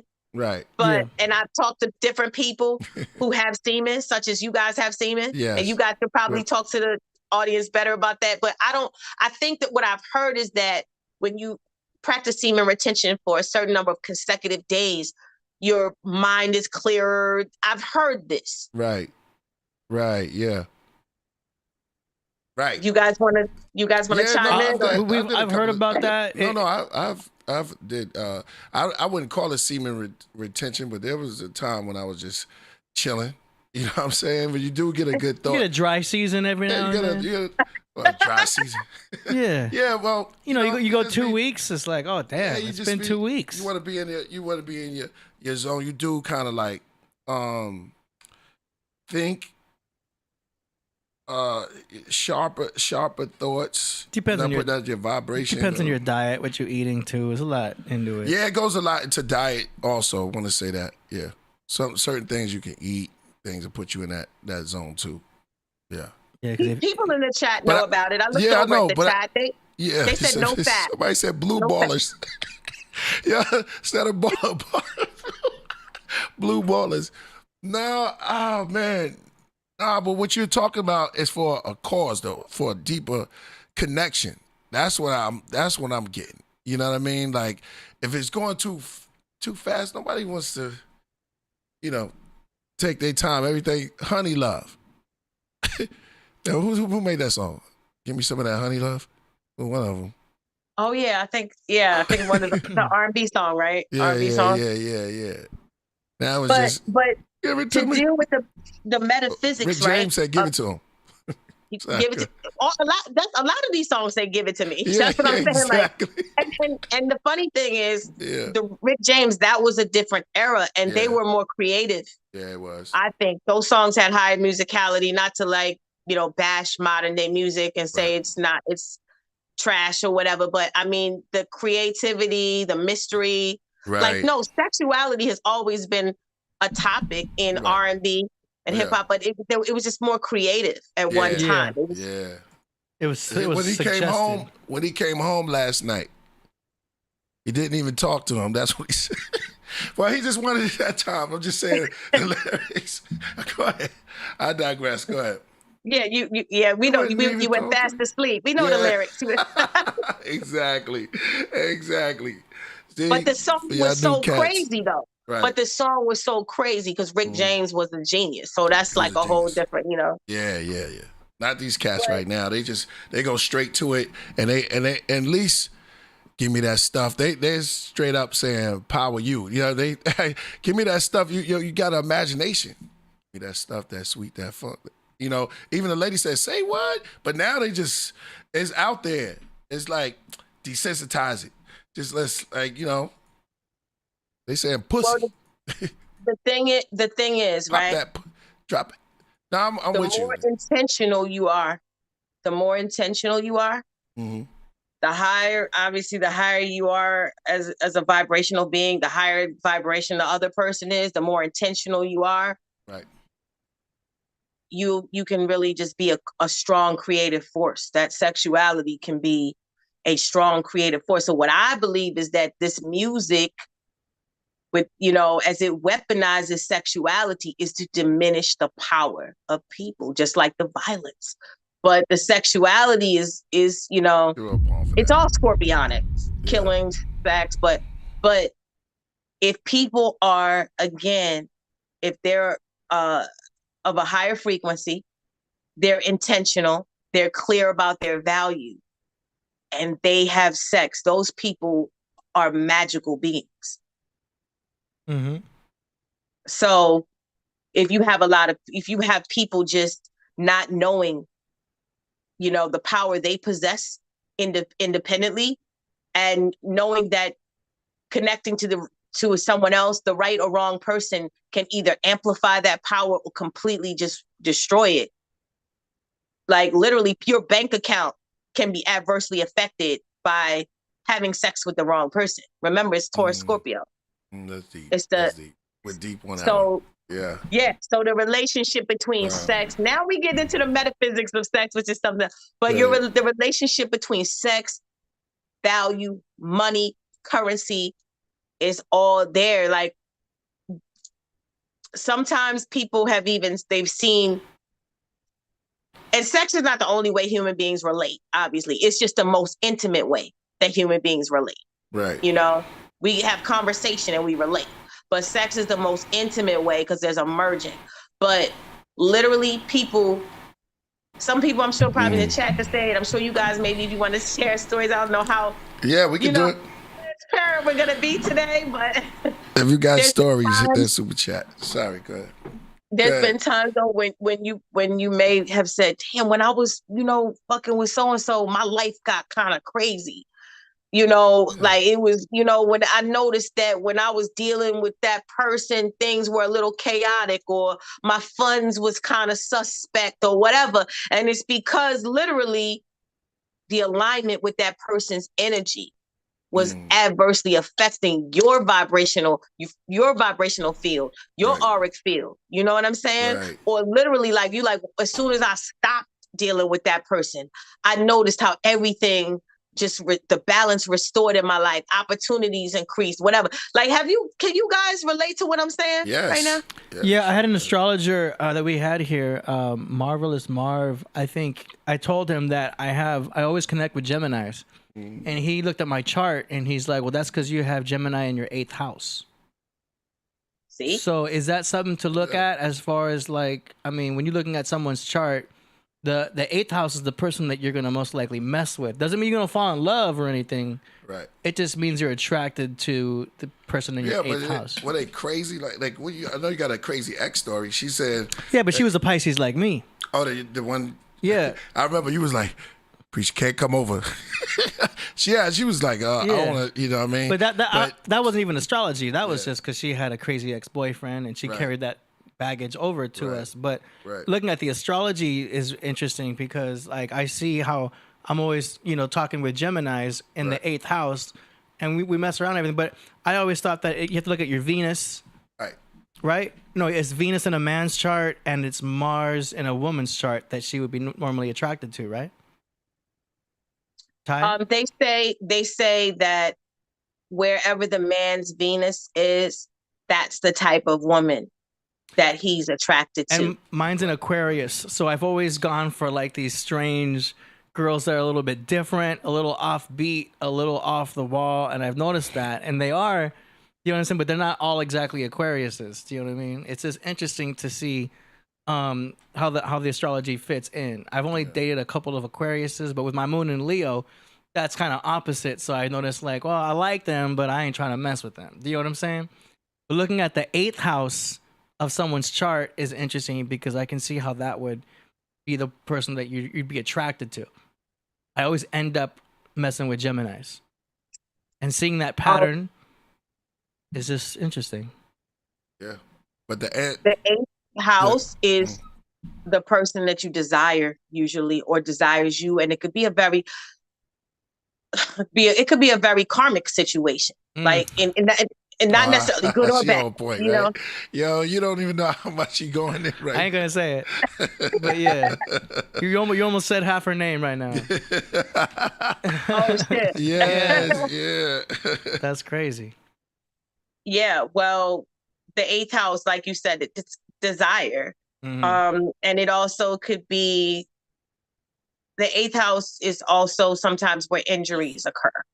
Injuries, violence, things of that nature. The 12th house, whatever your 12th house is, and a lot of people have 12th house. That's the sign right before you. So a lot of people date the sign before them because the 12th house is the spiritual lessons, the deeper lessons. So it could be really great or it could be really not. Like teaching you really hard lessons at 12, like the sign right before you, like Taurus is dating Aries or Aquarius is dating Capricorns, that kind of thing. Like the sign right before yours is your 12th house. And that's usually a very karmic relationship. Yeah. I dated an Aries girl. I'm a Pisces. So I dated an Aries girl and that was trouble. That was such trouble for me. It was gorgeous girl, beautiful, but I think that was the reason why it was trouble too. You know what I mean? Well, yeah, we're always headbutt. No. Yeah, I mean Aries like to fight. Aries girls they can be tough and they like to fight a little bit, and they're the most jealous sign. So you can only imagine. Do you know what I mean? Oh. But that was when I was first learning astrology. You know what I mean? I love seeing the patterns and the recognition of all that. Yeah. But I feel like the moon sign's important. I try to get the moon so I know what's going on the inside. All right. So how do I find out the moon? You gotta like get their birthday. Yeah, birthday and look that up. Yeah. Oh, okay. So so here's the thing, right? So Right. sexuality Right. and creativity have a relationship. Mm. So basically your sexuality with someone affects obviously your money, your actual currency, Wow. your value. It affects your creativity. So that's why, like, I don't know if you guys remember, like, a couple months back when Irv Gotti was on Drink Champs and he was talking about how he was like, I had just had sex with Ashanti. And I went in the shower and that's when I wrote the song Happy or whatever he said, and I'm only talking about this because of the point he made, not, Right. but he was like, you know how you get after you have sex, all the ideas come. And he said that. And I was thinking to myself, yeah, because of the type of woman you were involved with. That's not going to happen with every single woman. Wow. Not every woman is going to have a positive impact upon your creative abilities. That's again, you know, just to put it out there, like, it's, however selective you are, you know what I mean? Like, a high vibrational woman, I mean, is as good as money in the bank. Yeah. It's hard to find them. Yeah. I think he was also That's probably deep. speaking about PNC. You know, we talk about post-nut clarity, to where I don't know if you're familiar with that term, but That's the first time I've ever heard of that. A lot of us dudes know about post-nut clarity. So, like, after you've relieved yourself, you no longer have that chemical inside you that's looking to conquer. So you have all this clarity. You only got about 20, depending on your on how well you can recoup. You only got between 20 minutes and 2 hours of this genius in you. After post-nut clarity, to where you're able to get things done, you're able to. I can see how he was talking about being creative and things like that, because you're no longer looking to conquer, so to speak. But so then there's no such thing as casual sex, because the merging will create soul ties. Yes, and there are residual effects. So you see, just so far what we've talked. We said sex has a relationship with your creativity, has a relationship to your money in the physical world, like your actual physical possessions, like your value, because it's on the same axis with money and value. You create soul ties and metaphysical ties with the merging. So you see how songs be like, I just wanted to take you home, but you see all the repercussions, even in the metaphysical world, that come from that. Like, so Lil Wayne had a verse where he's like, right when I come to my senses. Right. Remember that? Yeah. That's why I don't talk about semen retention. Right. And like people in the chat, they knew about it. They said no fap. Like, they know about the whole 30 days no fap thing. I mean, if you're single, that makes sense. Do you know what I mean? But if you have like a good girl that you're seeing, I think once a week at least is good for, like, the metabolism of your sexual health, to keep things flowing, keep things going, keep things healthy. You know what I'm saying? Right. If you have someone, right, that you can do that with, but weaponizing it a little bit. Yeah, they get us to that manipulation. It's like it's getting to the point where it's like, where like what she's building on is like low vibration and everything, and that's going on. The frequency, am I on point a little bit? The frequency is real low. There's no more, everything's like fast food. There's no more slow cooking or vibrating with the person on a higher level. Yeah, you have to watch who you have relations with, basically, because you're gonna absorb their energy. They're gonna absorb your energy, and if you're messing with a toxic person, you're gonna get some of that toxicity in you too. Right. You gotta sage yourself sometimes after a session. Right. Well, a lot of sage yourself. Take a hot shower. Sage in the bed. Cleanse yourself. You know what I mean? Have some sage in your pillow too. Yeah. Well, Well, you know, the hypersexuality. This what I'm saying Sage is that don't work, right? With some of those. you need a whole like spiritual bath and like Right. probably I don't know. It's probably different tactics that people use to recalibrate their energy when they feel like they've been, you know, with a toxic partner or they were in a toxic relationship or something like that. You really got to get yourself back in order and put, you know, take, you know, as I say, pull your energy back. Take your power back and just recalibrate your whole situation. So, because it affects everything, like we said, in your physical world too, your money, how, you know, everything gets thrown off. But have you ever heard of gaslighting? Absolutely. Yeah, that's when a person make you think that you're crazy, right? And because some people that play like they're innocent, and then they'll throw it, they'll kind of like switch it on you and try to make like you crazy, right? Is that the meaning of gaslighting? That's exactly. And the funny thing is, gaslighting is a term right now that is being used consistently in the public. Like, you know how everybody was saying toxic at one time, like these buzzwords? Yeah. So gaslighting now is becoming synonymous with lying. Like people are changing the definition, but in actuality, gaslighting is a tactic that is used by people who have gaslighters. narcissistic personality disorder. People who have NPD. That's where it originated from, and it started because the term came about because there was a man who was turning up the gas in his house. He would turn it up gradually, and his wife would be like, "You don't smell the gas," and he'd be like, "What are you talking about?" So he would turn it up. He would turn it up gradually, and she'd be like, "There's gas leaking," and he'd be like, "I have no idea what you were talking." He was deliberately trying to make her go crazy, and he did the same thing with the lights or something. The same thing with the lights. Like he would either like turn the lights off or do something with the lights where he was like, "I don't see it. I don't know what you're talking about." And she eventually lost her mind and went crazy. So that's where the term gaslighting came from. So it's when people try to make you think you're imagining something and it's not happening, but you're like, "Wait a minute." You know what I'm saying? It's like me saying, "Oh, do this." And I say, "Oh, watch it." You know, I'm going to be on Killah Priest have a building with Killah Priest and AD. And then a week later, the person says, "Yeah, I watched, you know, you on the Podcraft talking to Killah Priest and AD." And I go, "What are you talking about? I wasn't on there." And the person literally starts to say, "Well, maybe I didn't see her talking to Priest and AD. Maybe I imagined that." That's what happens to a person's psyche, where they start believing that they were the ones who was tripping. Right. Gaslighting is wicked as fuck. Yeah. They always do it in relationships when they be like, "Why you tripping? Yo, why you tripping? Because I saw you talking to that girl. Like, yo, we just friends. You're acting crazy. You're acting wild. Why you acting stupid right now?" You know what I mean? Gaslighting. Yeah, exactly. And they didn't even talk to nobody. But it's to make you second guess. You be like, "Wait a minute." Yeah. And usually they started backwards because they'll be the ones be like, "Yo, you're playing with my mind," and they'll be the one playing with you. Like, well, I didn't say nothing but hello. Mind games. Yeah.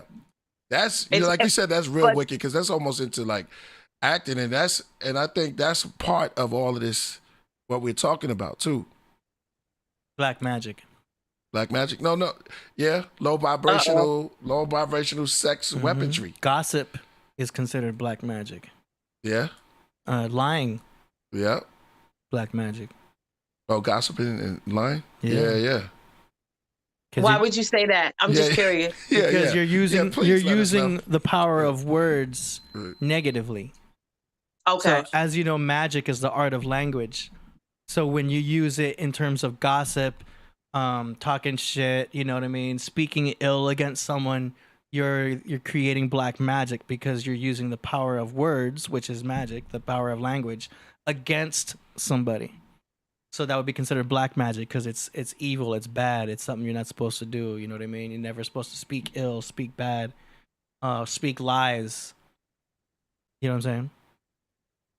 Definitely. I think the funny thing is, like, people who are serious, like overtly religious, like people who are like devout to their religious beliefs, you know, when we talk, like, in terms of the topics we're talking about right now, astrology, or even they'll say, "Oh, that's witchcraft." that's evil. But the truth is, you're constantly casting spells. Yeah.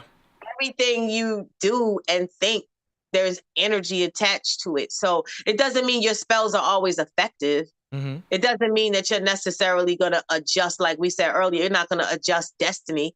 If somebody's meant to go somewhere, do something, have something, become something, you can think whatever you want to think. You're not going to, cause a ripple in the time-space continuum per se. But yeah, energy is real. But that's like, I hear what you're saying, like speaking negatively about people or, speaking false words, whatever.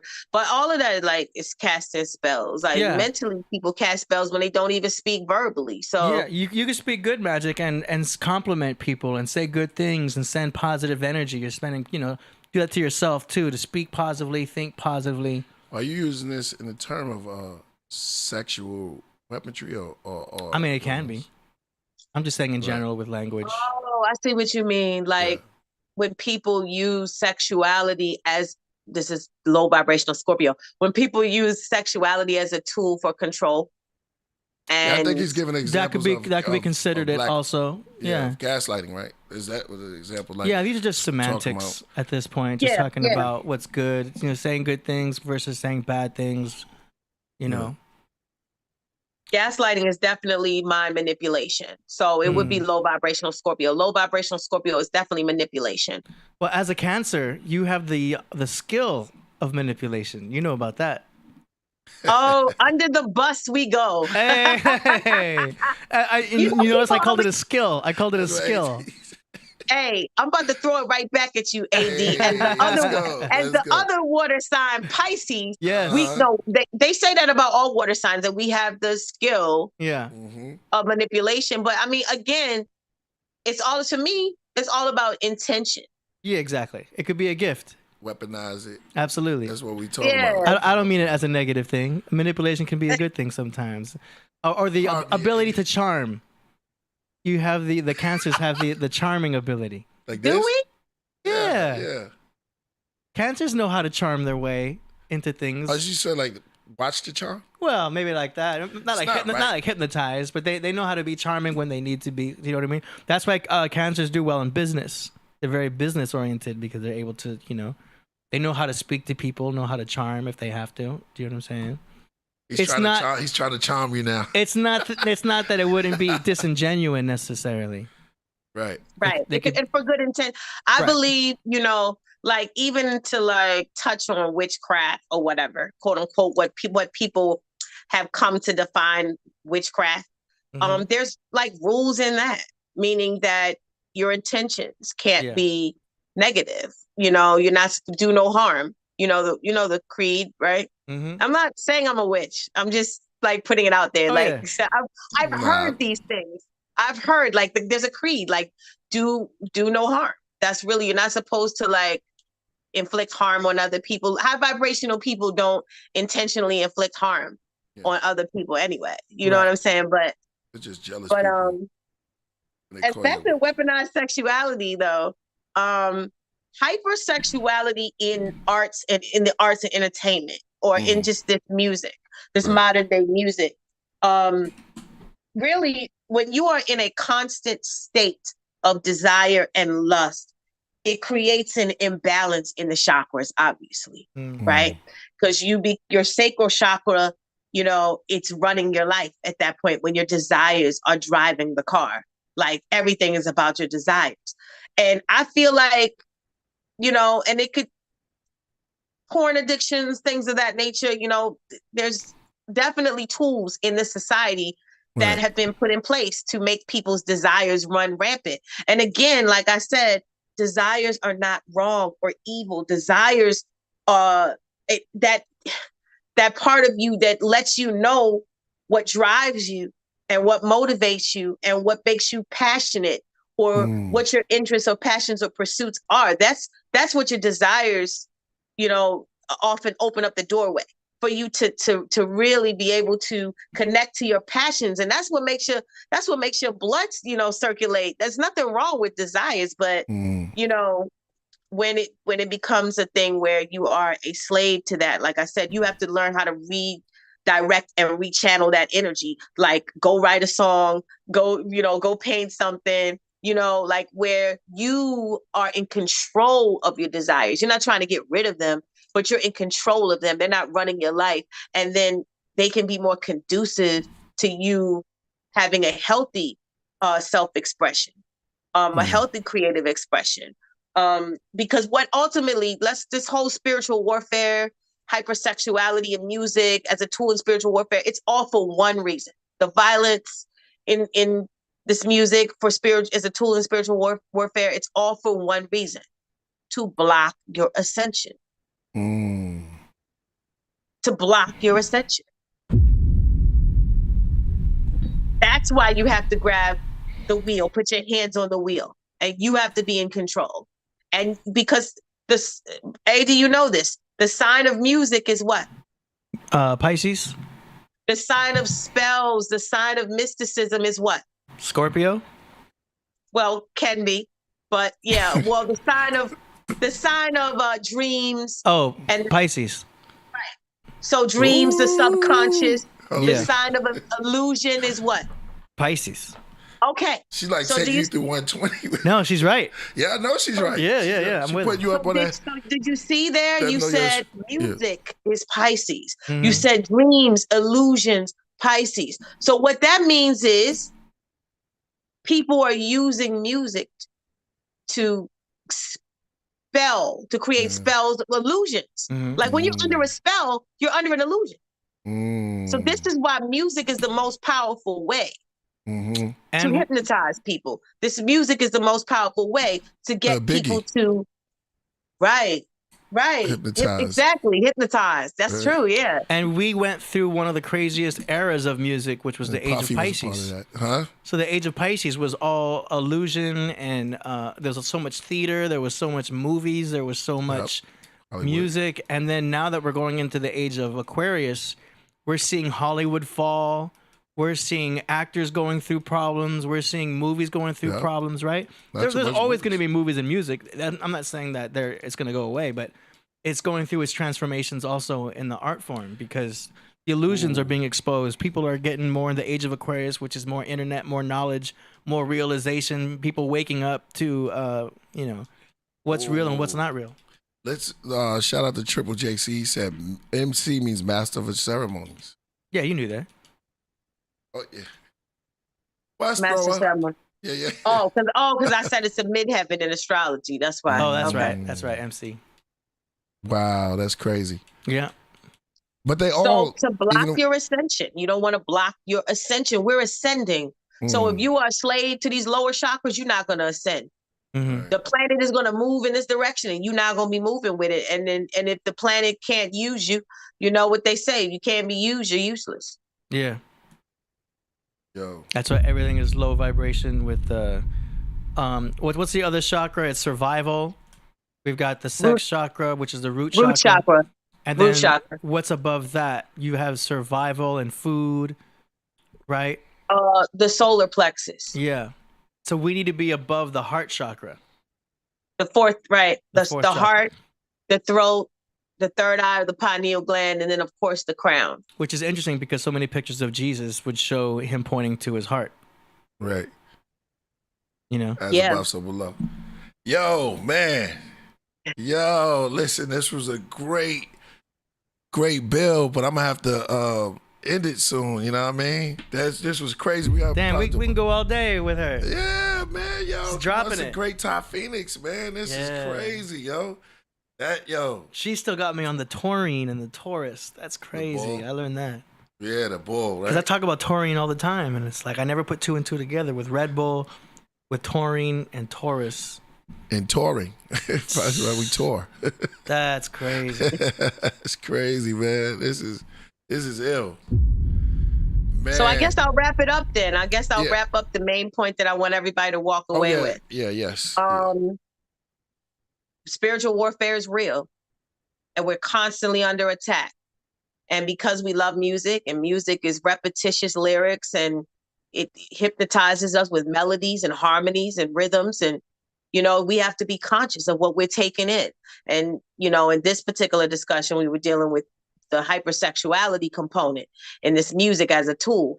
And sex is beautiful. Go have all the beautiful sex that you want to have. All I'm saying is just be conscious. Remember, like, sex is a way for you to exercise power. People create whole realities when their sexuality is conscious, meaning that you are deliberate about the people with whom you engage.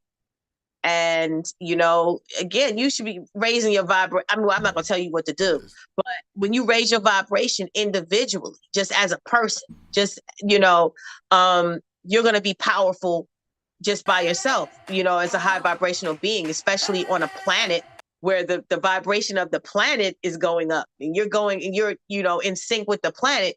You know, you unstoppable at that point. You know what I mean? Like, can't nobody stop you. But if you're going to link with other people, you know, in the most intimate way possible, try your best to link with individuals, at least with whom you have some sort of like alignment, so that y'all can kind of like, you know, be like on some Wonder Twins power activate, and y'all can build those, you know, align those forces together, and, you know, that power just becomes even more intense. It's just, we have to be conscious. No connections are accidental. So everybody you connect with, there's some sort of something, like AD said, oh, this person put their sun in my 8th house, so that's why, or this person, you know, put their sun or Venus in my 12th house. It was a karmic relationship. But there's all connections are divine. You know, there's no accidents. But if, you know, you're conscious of the synastry, that's astrological word that just means compatibility. You're conscious of how your energy lines up with them, your planets lines up with theirs, the vibe lines up, whatever, you know, you're going to be more powerful. You know, we ain't really go into it, but, you know, use sex. If you're going to, you know, engage in sex, use sex to create things, not just people. You know, people are created from sex, but you can create, that's a, you know, whole nother, but just be conscious and deliberate. Oh, we got to go into the, you know, yeah. That's high science you just dropped. We got to do another one on that one. We got to do another one. Use sex to create, not just people. That's great. That's incredible. So they put that along the line of sex magic, right? Mm-hmm. Yeah, I pretty much was describing what, you know, the science of sex magic discusses. I just didn't use the term, but I'm just saying, just be very mindful of this, because with the South Node in Scorpio, there will be tools that are used against you, and your desires will definitely be one of them. So you gotta, like, this is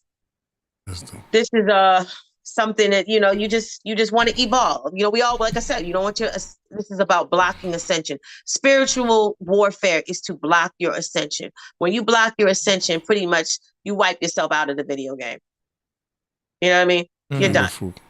You know, like, you're done at that point. Like, you gotta ascend at this point. Like, so spiritual warfare is about just keeping us from really, like, going to the next level, keeping us from evolving and really being our true God selves. Like, you know, Priest, AD, you guys are, you know, self-aware, actualized gods. You know what I mean? Man. So, hell yeah, man, coming from a goddess, that's like, we got a super chat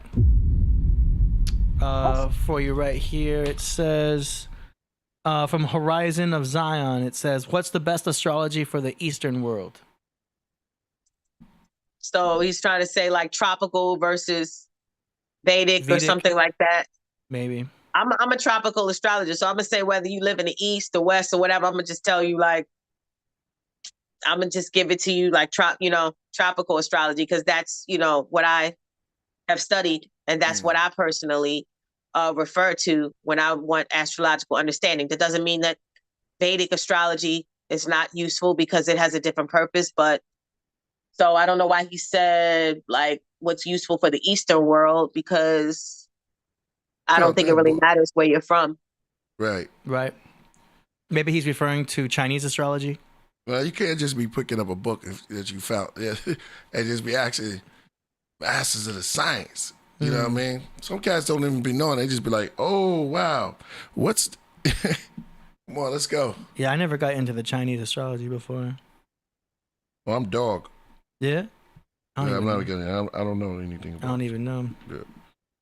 Yeah. We got another one here from Fella B. He says, "Peace, Queen. Tour beauty matches your surroundings." Tour beauty? T-O-U-R. Oh, maybe he meant your. Oh yeah, your beauty matches your surroundings. Hey. Oh, thank you. I have the Sun conjunct Venus. Oh, there you So go. that's probably, I don't, Yeah. thank you. I'm You're just very kidding. beautiful. But, She always styling. Yeah. Even in her yeah, music. you think so? Her music videos. Yeah, you styling. Yeah. Thank you. I appreciate that. We know so. I also want to just like say too, we have to remember that our relationship to sex was shaped by religion.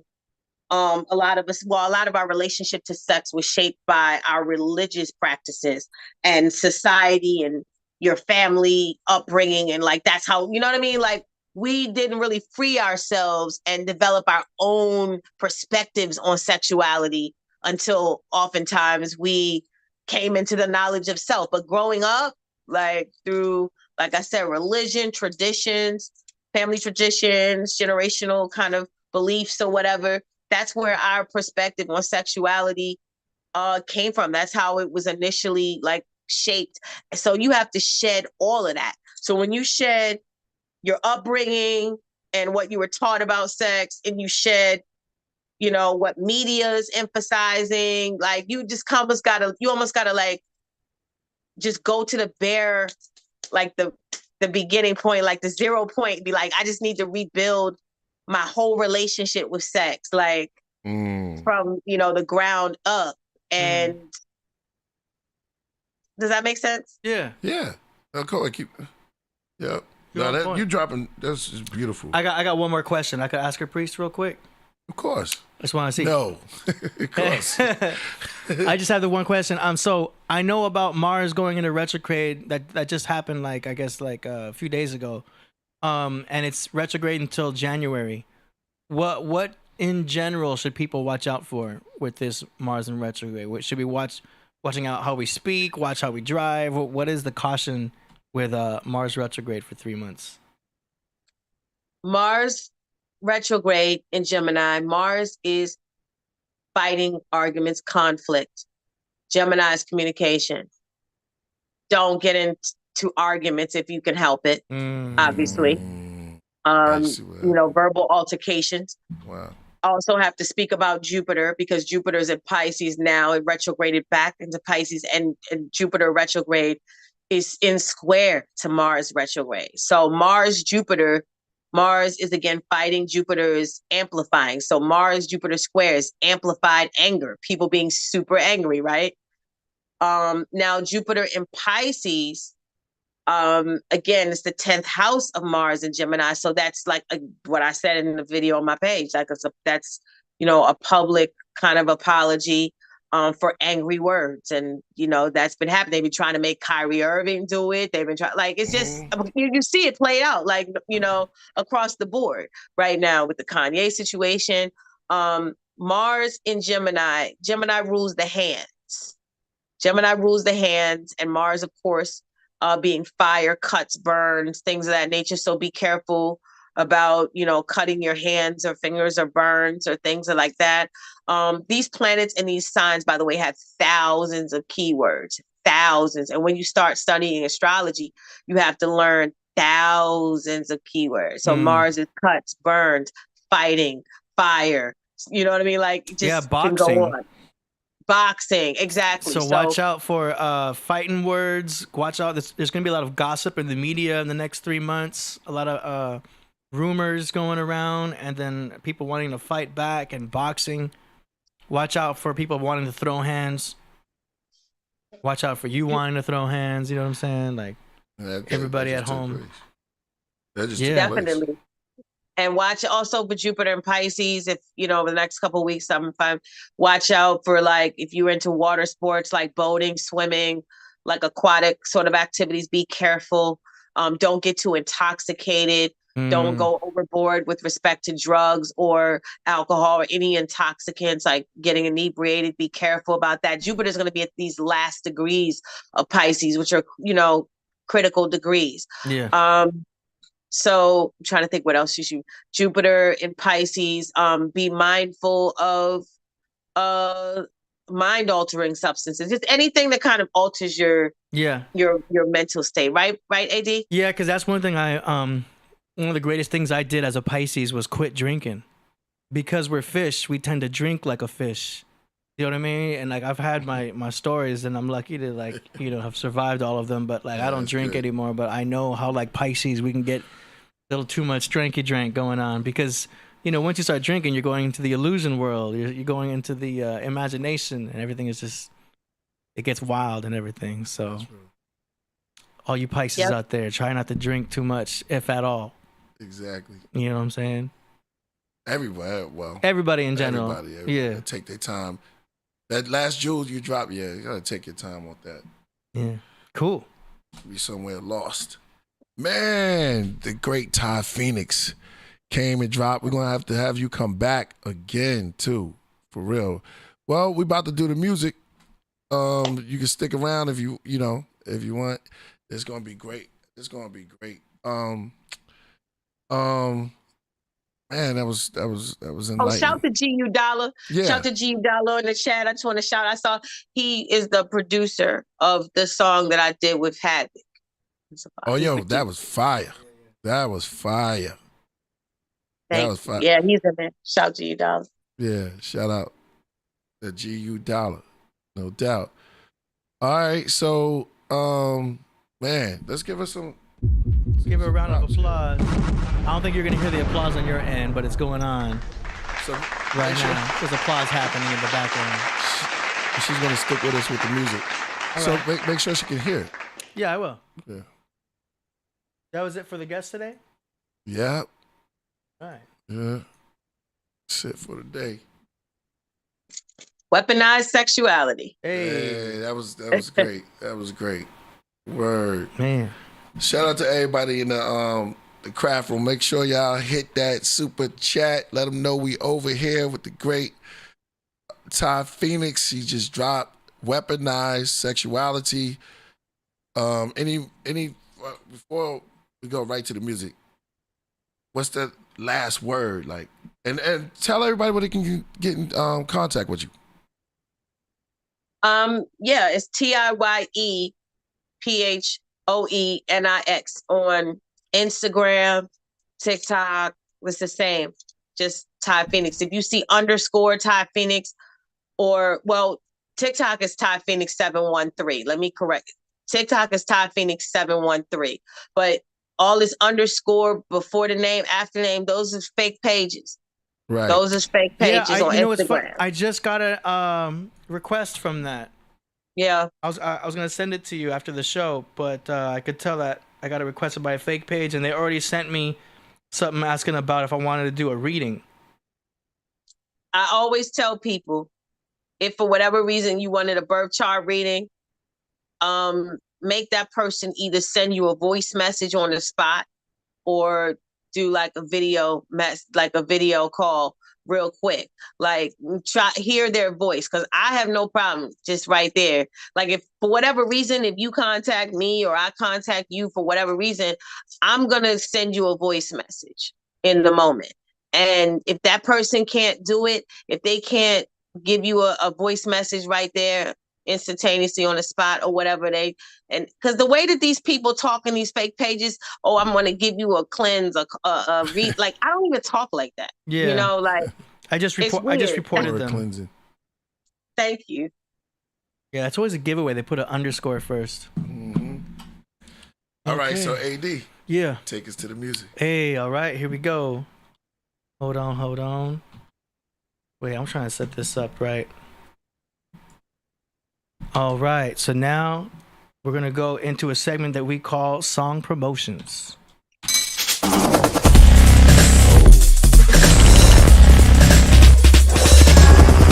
Song Promotions. Ooh. Hey, how you like that? Came off. Yeah. Cool, right? Let's start up. Got our own little segment going on now. Shout out to my man, Lord Fury. Lord Fury. Born Crickets. That's right. All right. Our first submission is by DJ Aurora Borealis Aurora. from the holy city of New York. Hey. He has a track Aurora. called The Rapper, The One May the Dark Side. Okay. Here we go.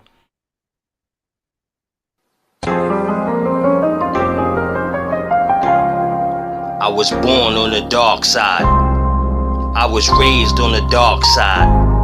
I'm from the Bronx, the dark side. I was born on the dark side. I was raised on the dark side. I'm from the Bronx, the dark side. With a rapper named MJ.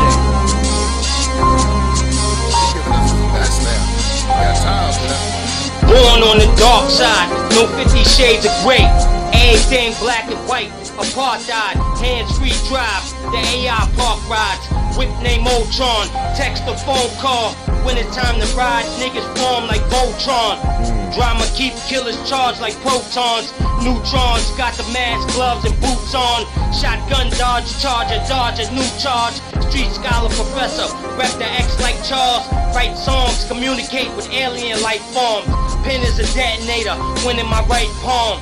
Drop lyrics like nitrogen type bombs. I bust nuts in the push, y'all masturbating. 9 months later, she pushed and had my baby. Probably only time haters congratulated. Fuck 'em, silver star rims, black Mercedes S-Class 63.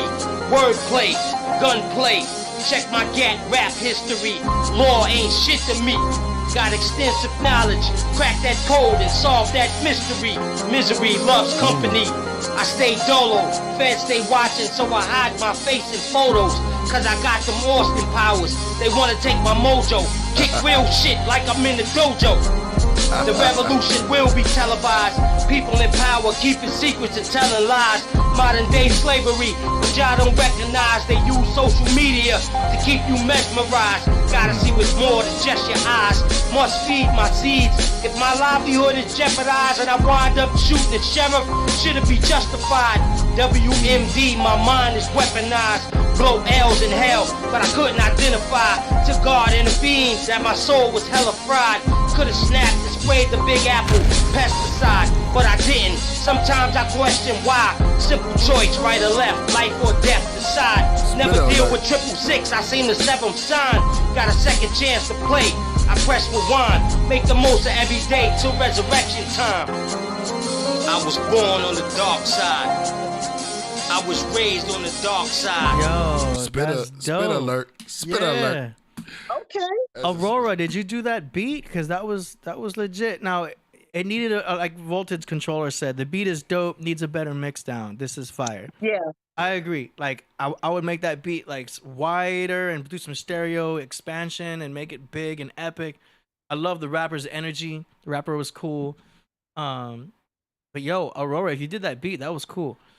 The snare was a legitimate volume. The kick could have been a little bit more thumpy, but like that's just breaking apart the mix and everything. But there's potential for that track. There's definitely potential for that track. You know what I mean? If you send it to me, I'll mix it for you. Just saying. Okay, but that was cool. Nice. Ty, go ahead. I felt I know you guys are just talking about the beat, but just overall the song, like I felt dude was real passionate.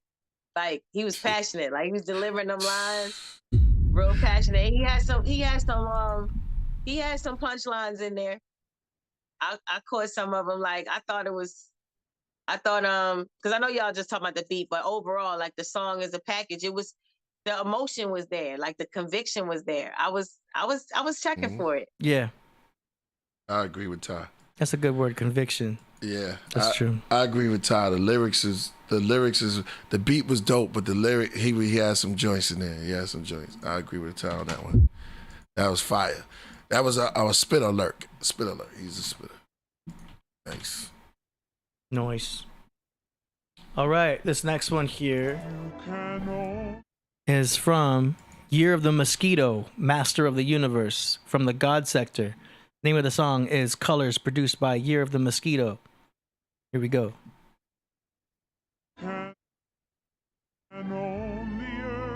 You are now listening to a Mosquito production. Until you can paint with all the colors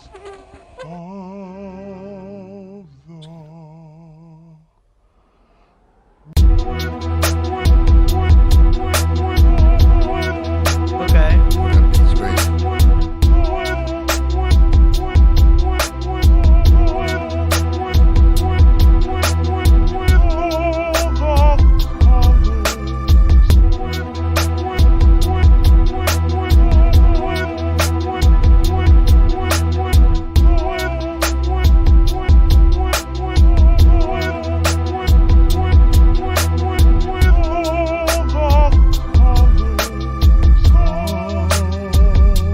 I am the voice of all the Mosquito generation.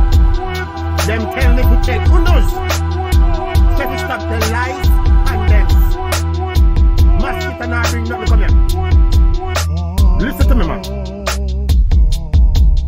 That's right. Eh? No, listen, no stop the life of Mosquito.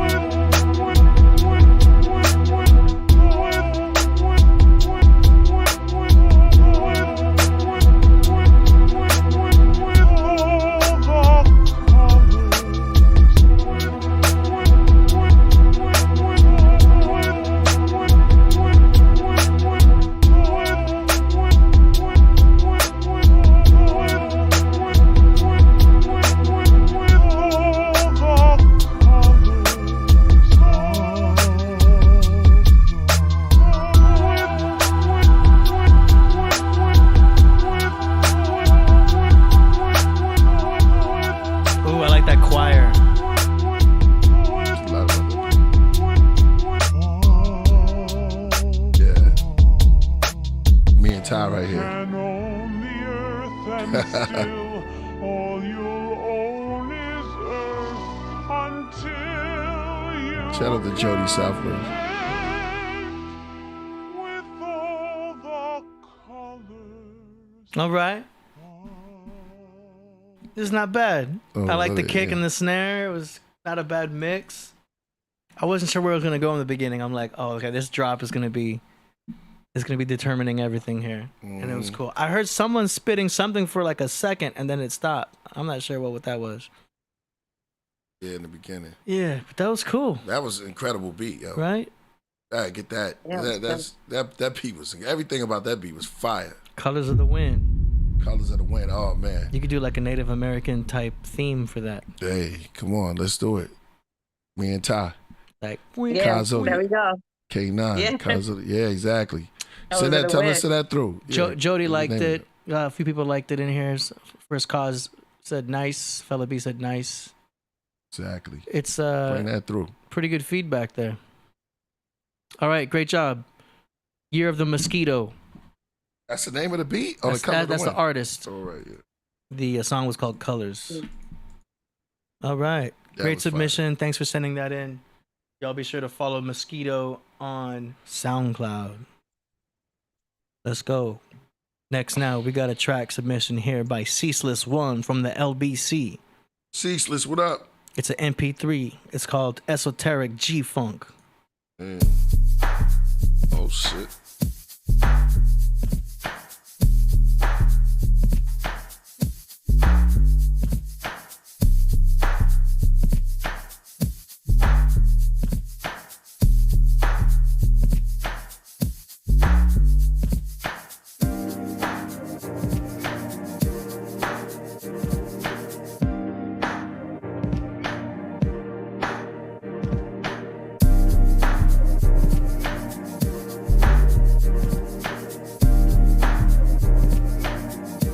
Hey, what up, Ceaseless?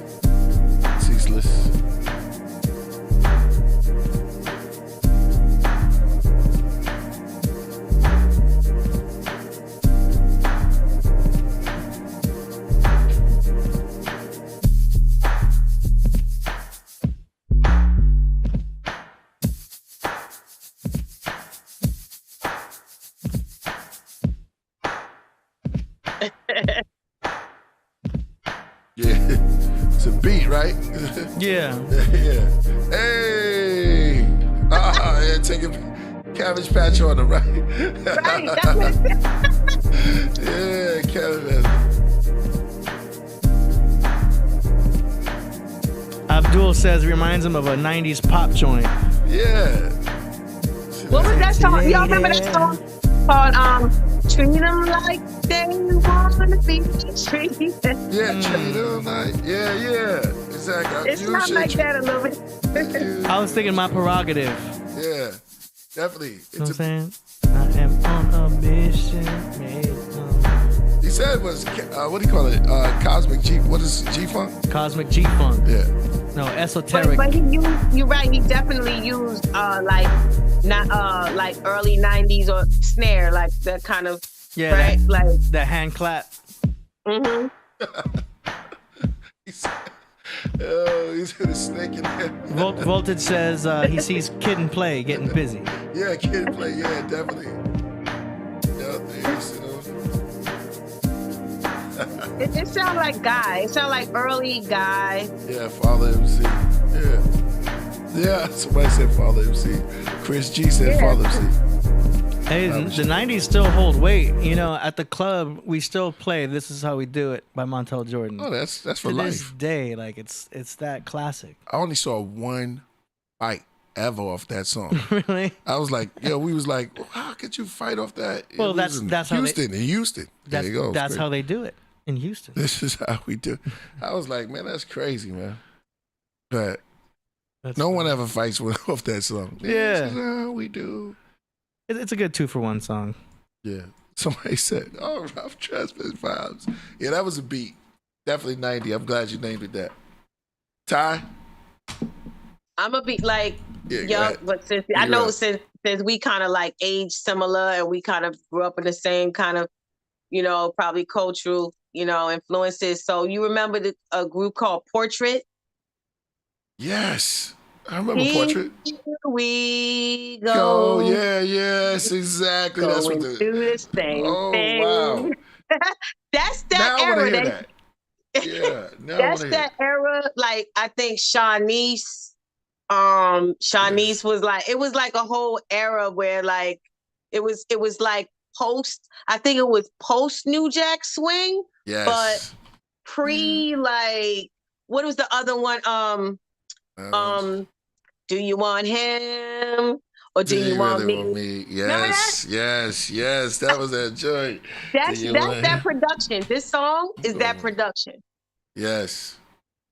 Yeah, that's exactly what that was. I'm gonna go home and listen to all those songs now.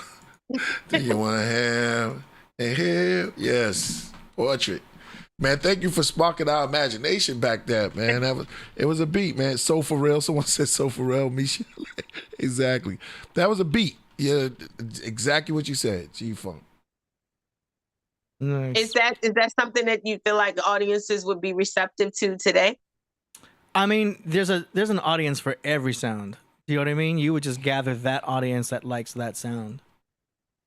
Yeah, probably. Yeah, definitely. You know, would it hit Power 106? That's or another get into question. the drill clubs? Nah. Yeah, that'd be another question. But if you make anything high quality, you can build an audience for it. Yeah, definitely. I mean, I still listen to those songs. That's why they came to my mind so easily. Like I have, I'm Pandora in my car, like Portrait. I forgot that other group. But yeah, you know the sound I'm talking about. I like that. I like that sound. Now I'm gonna go home and I gotta, cause I'll playlist that out. You know what I mean? Just vibe out tonight. Yo, man, thank you for Ceaseless for taking us down memory lane like that, man. That was crazy. Cause the beat sounded so relaxing. It was so crazy. Young MC. Yeah, somebody said Young MC. I'm going in. All right. S Club 7. This next submission is from Iconic Last from Houston. Brownstone. A Dream Deferred. And then he says here, it won't make sense until the answer comes at the end. Okay, so here we go.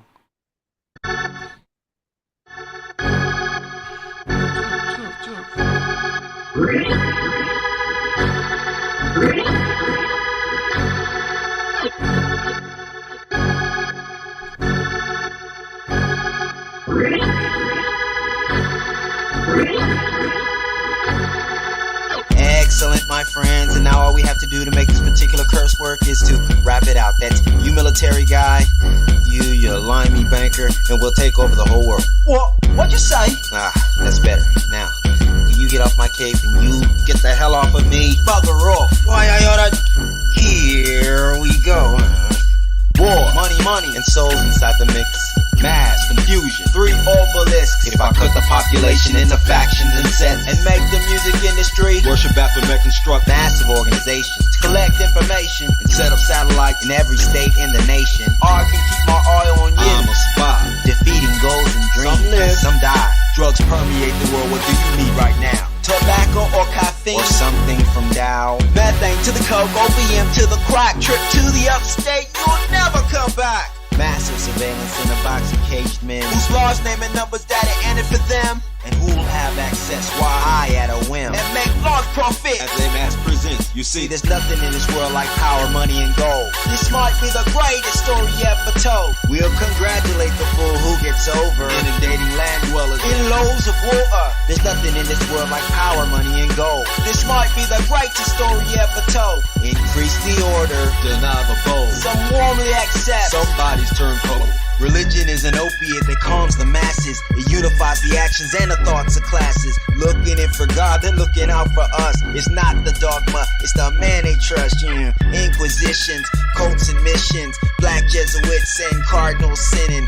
Course, there's an element of good in the church. We're ringing them out, greed and murder work. I got my own military, mass amounts of money. You bow to our state, that we're not part of your country. Kings and queens, chairman of the board, warlords and saints. Crown me their lord to deny what I want. You can ill afford. You can find yourself stunned on a chopping board. Kyrie lace upon your worthless soul. May your life be hell. May your wife be swell. I'm gonna teach her about the gold, the money, and the power. We keep the sweet and dish out the sour. Associates and the enemies cower. It's weekly approaching the final hour. There's nothing in this world like gold, money, and power. Associates and the enemies cower. Quickly approaching the final hour. Somebody bloodless, somebody get showered. The military ain't jail, more turns hell, turns for the metal. Mobile troops assail, this earth represents my battlefield. Won't stop the assault to your company's yield. My joint chiefs blow freaks to hell and threaten any witnesses should anyone tell. Backed by the law, perfect in war. Dust the final form of my foes by far. All right. So that was 3 minutes. That was cool. I feel like the beat needs compression for sure. Those strings are really piercing. I'd probably drop the strings down. I just gotta give my input on the mix. I can't help it. You know what I'm saying? But yeah, the strings are really piercing a little bit. I think if the beat was compressed and then the song was mastered more, it would work a little better. The song's cool. I think it's cool. I think it sounds cool. But yeah, the beat, I just need some more compression. I could tell because I could hear the keyboards just like piercing in and then going down. There's a lot of dynamics happening in there. The compression would make that a lot more smooth. Other than that, that was cool. You can also even just master that with some multi-band compression without even going into the mix, and that would help. Okay. Ty? I agree. I definitely, the strings were kind of like overpowering in the mix, definitely. I just like to see sometimes what visuals just pop up in my brain when I'm listening to a song. And I think they were kind of going for like an ominous feel. It was definitely like it was kind of ominous, like the energy. But I agree with you, definitely. I third concur. I agree with both of you the same way. Gotcha. Just keep going, man. Just keep going. Word. All right. 1 second. And next now we've got a submission here from none other than Coverboy. Hey, Coverboy. It's an MP4. It's called Trumpets. Off his new album dropping next month called MAGA Trump.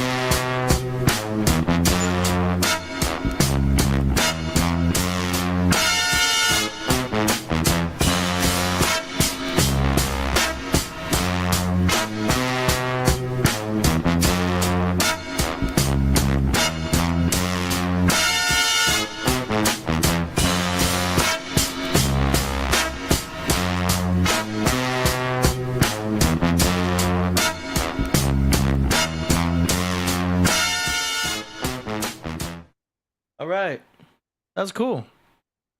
I mean, I get Cover Boy style now. You know what I'm Yeah. saying? I really can't Yeah, critique him though, because like everything sounds like it's exactly where he wants it to be. Do you know what I'm saying? He's doing some sample work right there. I'm not gonna tell him to raise his snare or lower anything because everything sounds like it's authentically designed to be as is. Does that make sense?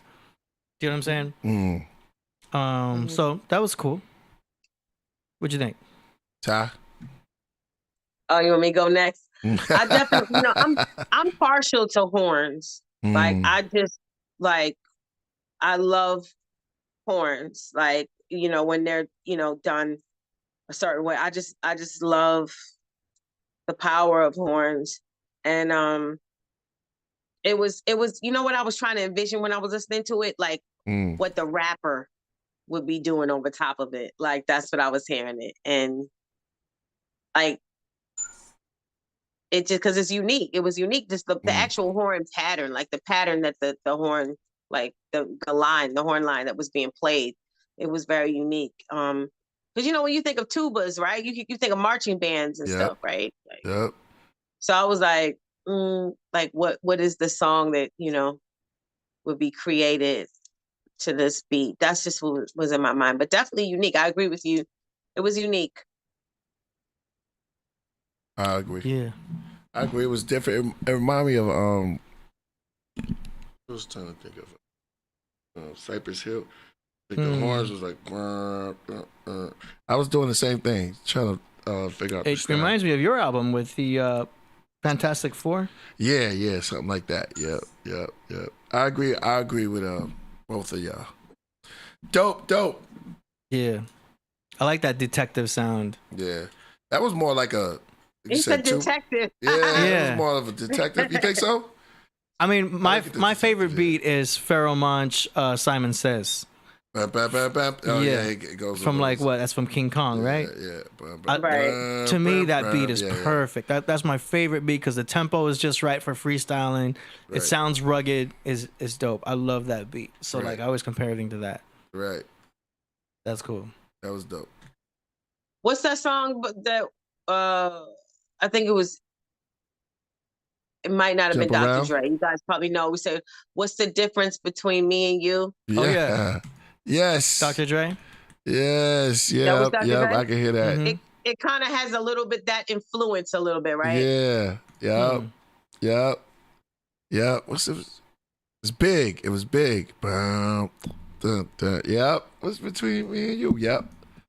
I was thinking Jump Around and the other. Yeah. Yeah. Slow down. Jump Around. House of Pain? Yeah, House of Pain. I was getting that feeling. And something with Cypress, something like it's here. I don't know what it was. It's just something fire. Isn't Be Real coming to the show soon? Yeah, we're going to get Be Real. Yes. We'll be right next to his shop. Dope. Yeah, get Be He's Real. like a Babalau. He's a Babalau, right? Mm-hmm. Yeah, we right next to his shop over here. Yeah. So he's got to drop by. Hey. That's dope. Yeah. All right, here we go. This next one is by Voltage Controller. Oh. Yeah, he's in the chat. We're about to do it, Voltage. This track is called Get Ready. Clouds and Psilocybin. Oh, sorry, Kush Clouds and Psilocybin. Kush Clouds. Psilocybin. And here's an added fact. Psilocybin. He's wearing a hoodie that he designed.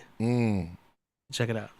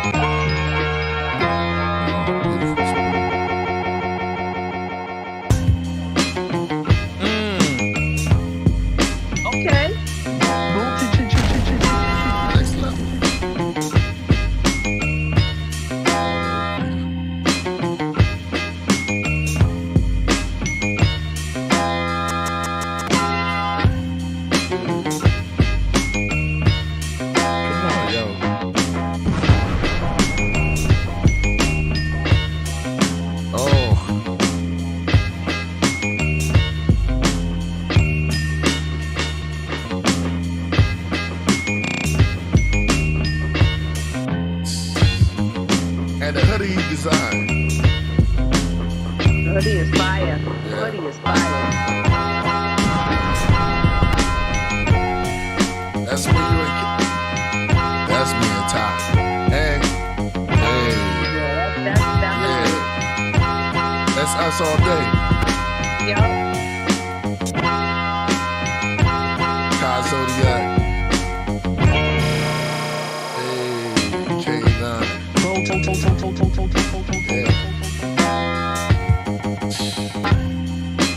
Come on, man, just get that beat up, yo.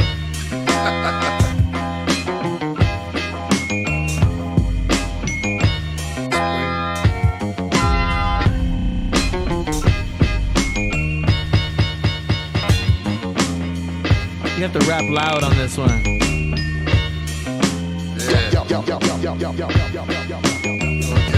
Hey, do you want this?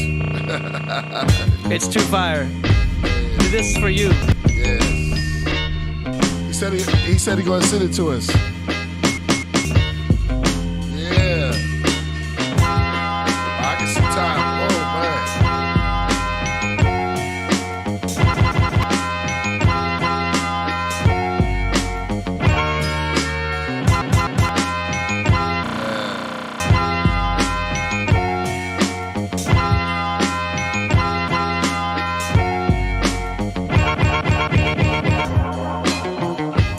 Like that. That's crazy.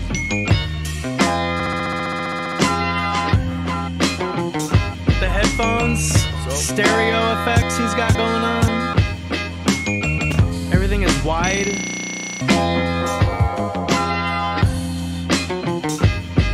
got the psilocybin trees behind him.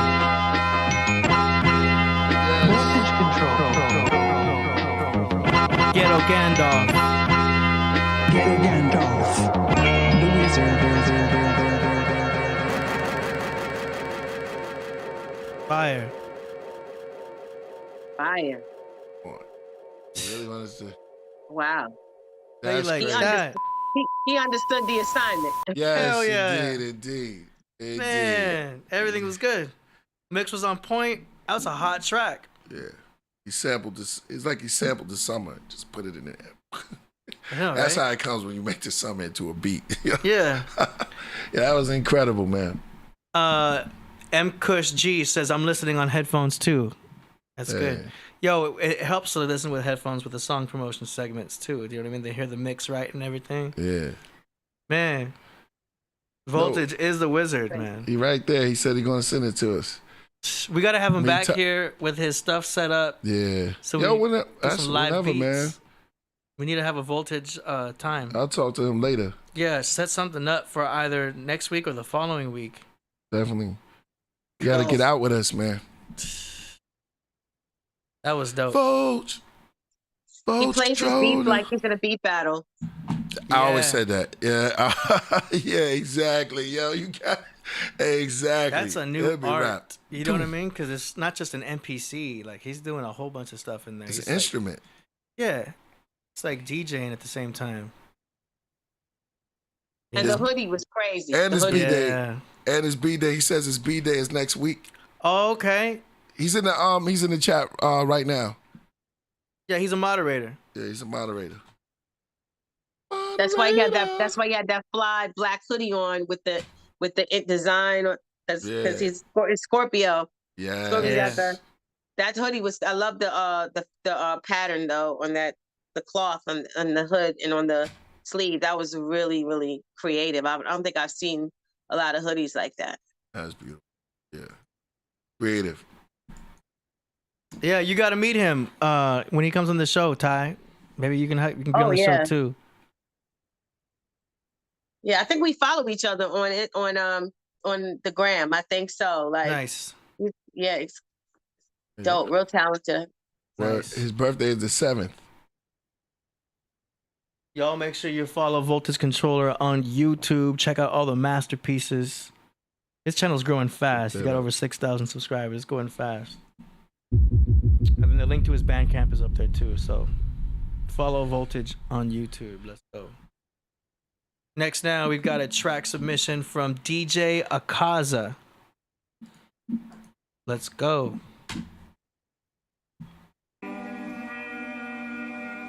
Second sermon from Houston. Reverse live, Hollister, California. It's the return of the gods and the suede clocks. We begin to build with some brave hearts. Yeah. So much shit. Love.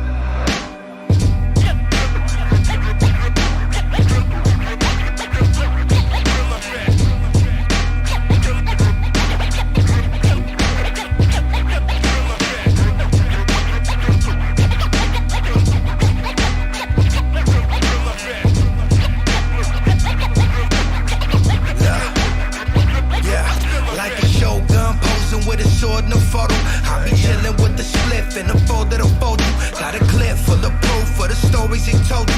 Crack shot, knock the jockey off the horse in your polo. So rise and shine, so I could be the thorn in your side. I'm only here to make a mess of the world they provide. I'm out of line and raised like a wolf in the pines, but my fangs be the shots through the door on your ride. If you wanna see a god, I'll be chiefin' on the couch, hand fused through a Sharpie with some creatures crawling out. Tell the squad talking shit out the roof of McLaren. For now, we got demands in the room in hysterics. Dirty hands, dirty money, always fighting with the cousin of death. Sleepwalking, talking under my breath. See, obsession got my name up with some of the best. Cold status, making something you ain't gonna forget, huh? Yeah. This is my shit right here. I like this.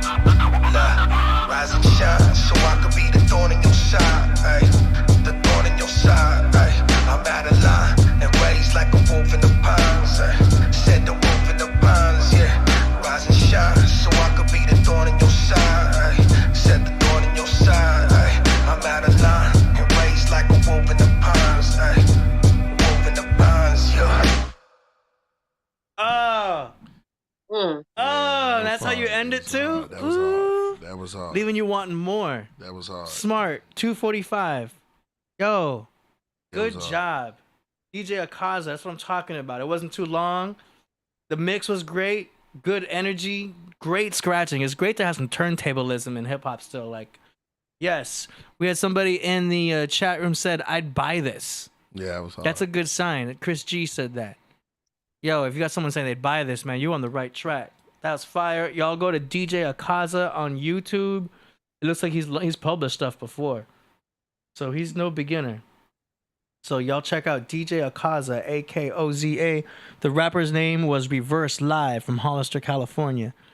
The name of the song was Standalone Complex. Fire. Nothing else to say. That was dope. Great energy. Yes. What you think? All around. Ty Phoenix? You notice how all these songs have like a scorpionic energy? Like, look at his avatar. Yeah. Look at his avatar. You're right. Yeah. We need that Scorpio in this right now. Yeah, but the scratching though, it was I was feeling that. Like the cuts he did, if he did that, like he was, I like where he placed them, like the arrangement, everything. It was dope. Kazo, that Fire. Was, yeah. Love it. That's what Big up, that was dope. Yeah. I'm hitting the subscribe button right now. On the that. voice. Yeah. I love that rugged sound, yo. Mm-hmm. Never gets old. So cool. Voltage says, true indeed. Woo, good submissions today, huh? Yeah. Well, that's it. We got one more. It is our grand finale. Y'all already know who it is. We have been blessed by another track from none other than Ka Zodiac. Woo! Yo. Ka Zodiac in the building. Ty already Let's knows. do it. Uh-oh, what track is this? This one's called Uplift Humanity. Hey. Dope. Already. Here we go. We're going to go full screen. Uplift Humanity by Ka Zodiac. Let's go. Yeah, it's like a movie.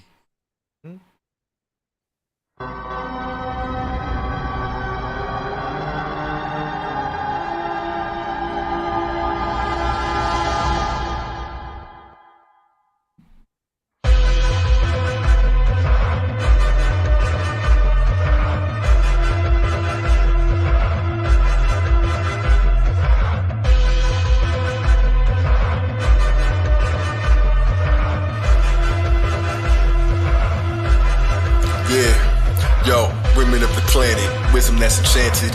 Here's a song from the lyrical mechanic. From the beauty that you have, I will swim through the Atlantic. Maybe the Pacific, maybe the ecliptic. I cross the zodiac, the chisel my hieroglyphics on a tattoo written on your skin after I kiss it with a spoonful of honey. Your womb is the country, we need you to heal, not a room full of money. The seas are the gold, Cancer is the treasure chest. That holds Leo in the sky so we never rest till sunset when he lays in your arms again. I love your frame and your brain, I'm still charming. Them games are still hard to win, waves are still hard to swim. Become water, learn that from Master Bruce Lee. I love your smile, you be laughing cute. She came wearing 8 snakes, sipping apple juice. Said you original, your brain can't be mass produced. Pull the younger ones aside, don't be acting loose. Praise God, you alive, they be lacking truth. Liberated, never hide you a man's pursuit. There's a dome in the sky, yeah, the glass roof. I found hope within your eyes, that's the last proof. Stargates in your thighs, taking cab routes. Mother's hips shipping souls from a past loop. Allah's garden never died, we the last fruits. I'm star charting to devise when the plants root. Lunar cycle writer, you ignite messiahs. The world's burning, you're the water, you're the firefighter. You only nectar you made from the ripest cider. Womb of destiny and web, she a mighty spider. Evoke the power you have and be feminine. Many great women it led, it needs mentioning. Venus, you the 5-point star, who needs Benjamins? And Herbert is the only true way to be inheriting our greatest state. Fate is arrived, who needs medicine? I came to elevate you, strong, unique specimen like Queen Khalifa. Taking over the media, ancient encyclopedia, international sepia, emblem of America. The wicked couldn't bury you, getting ships to measure. You're celebrating the messenger. Man is a living word spoken by your lips from authority once had. Don't you know that you're a gift? Balance of the scales, are you ready for the shift? Elevate the earth, are you ready for the lift? 10 elephants in the room that's yelling for her to drift on the breeze till she flying. Peace to the enlightened. Ice is the light of the moon that keeps shining. It's like this, your time is resumed. Don't be frightened. Mary Magdalene, the chalice to set the planet free. Aquarius bearing water that you pour on me. Baptized the birth, the earth is your anatomy. So the higher importance is insanity. Got me feeling Bruce Leroy kissing on vanity. Living within your canopy, driven to fix the family. Hidden jamboree, mission to have a stand with me to pull you back up is to uplift humanity.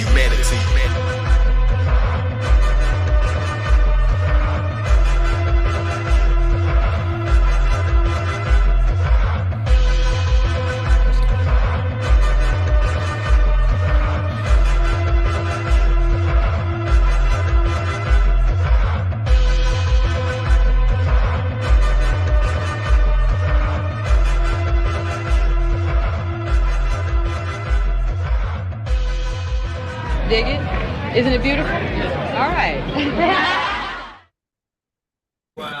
Fire. Wow, lyrically superior. Wow, lyrical superiority. I love those scenes he put in there too. Yo, that's lyrical excellence, yo. Lyrical excellence, yo. Oh man, straight fire. Yes, man. Let me tell you. Yo, it's to hear something like I'm looking forward to it. It's like, yeah, Wow. you know, I'm looking forward to it. Lyrical supreme. Does all his own videos too. Beats, everything. Yeah, effortless. Fire. It's the effortless. Wow, mentally, like it was mentally, you know, on another level. He really, he even went in like with the cadence, you know. Yeah. The Mary Magdalene and all that. Like he really captured that whole essence in that of just, I guess, womanhood, and you know what he was trying to convey was the lines were just every line was just sharp hitting. Y'all make sure you follow Ka Zodiac on YouTube, and you'll also see a link to his website on the front page there. I built with him earlier too. We got some stuff. This cat is incredible, man. Lyrically, I mean, what can I say? What can I say? He's there. It's a difference between traveling there and being there. He's there. Right. Make sure y'all subscribe to Ka Zodiac. That's great. Okay, we got actually a last minute submission. Normally we end after Ka, but Coverboy just made it before I closed out the song promotion segment. So we're gonna do Coverboy with a song here he has called "The Reptilian's Agenda" off his new album dropping next month. It's an MP4. Let's go.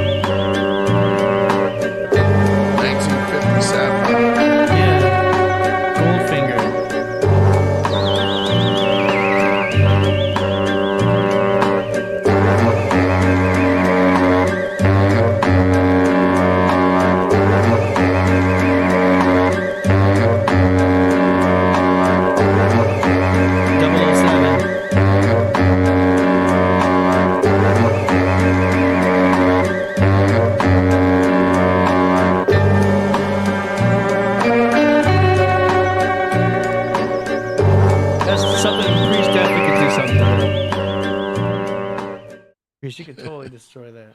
Oh yeah, definitely. That was crazy. That reminded me of like I said, 70 like Sapphire, crazy. Like I can hear Ghost on that too.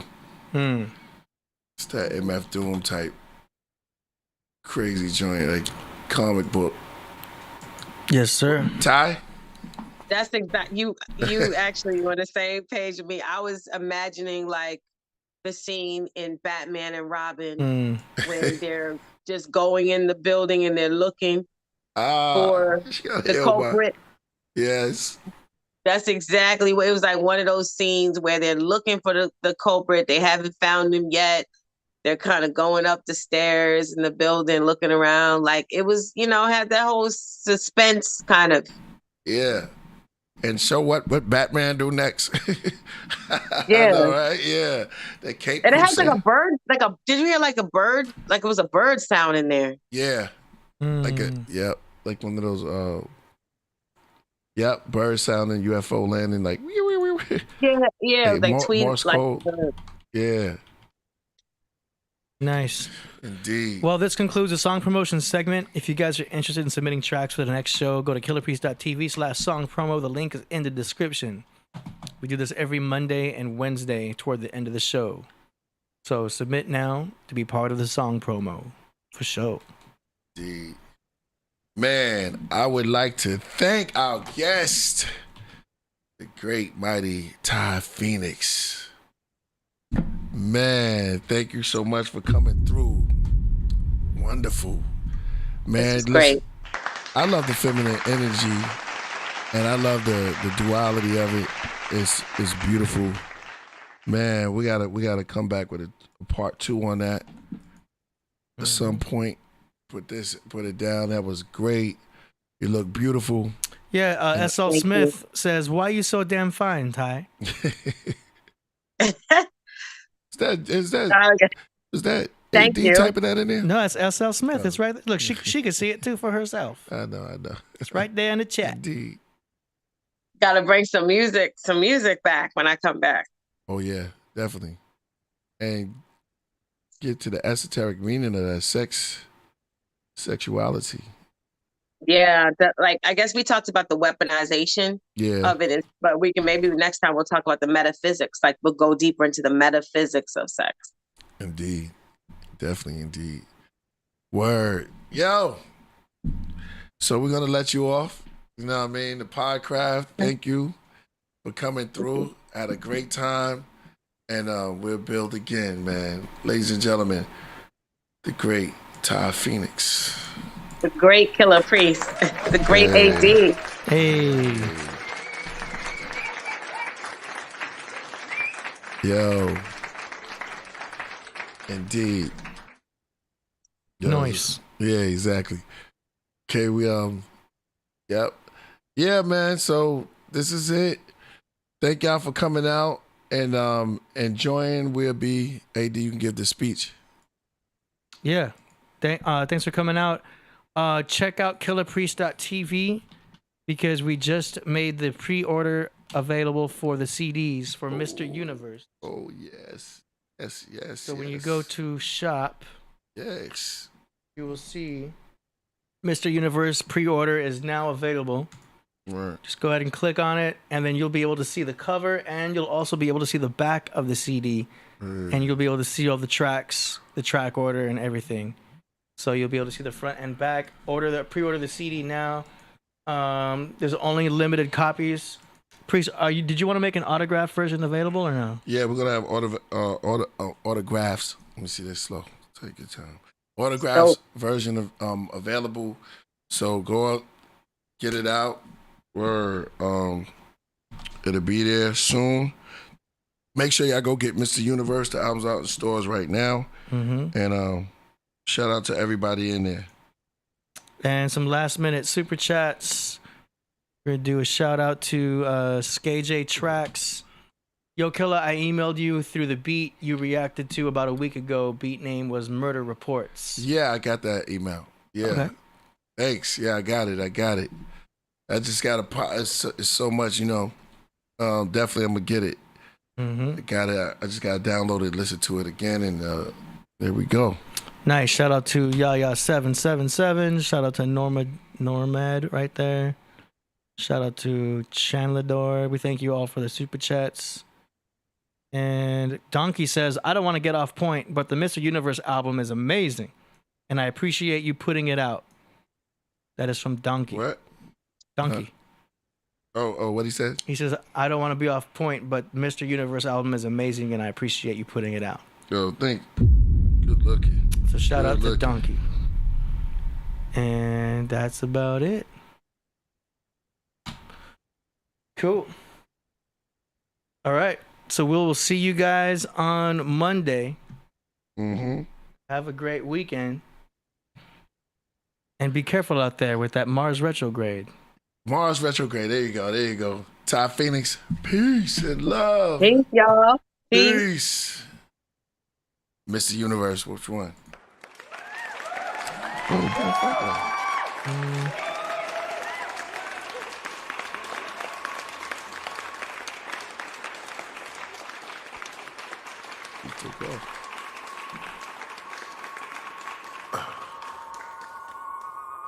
Silent hurricane, balance the yin and yang. Quiet noise as the earth is hit by a fiery asteroid, Big Bang. Thick rain on the wings of the astral plane. The unexplained, the sun sustains, shining upon the 6 sectillion tons of terrain. Y'all know her name, Earth. 21 ciphers she gained, then birth, Africa, then Earth, and Kemet.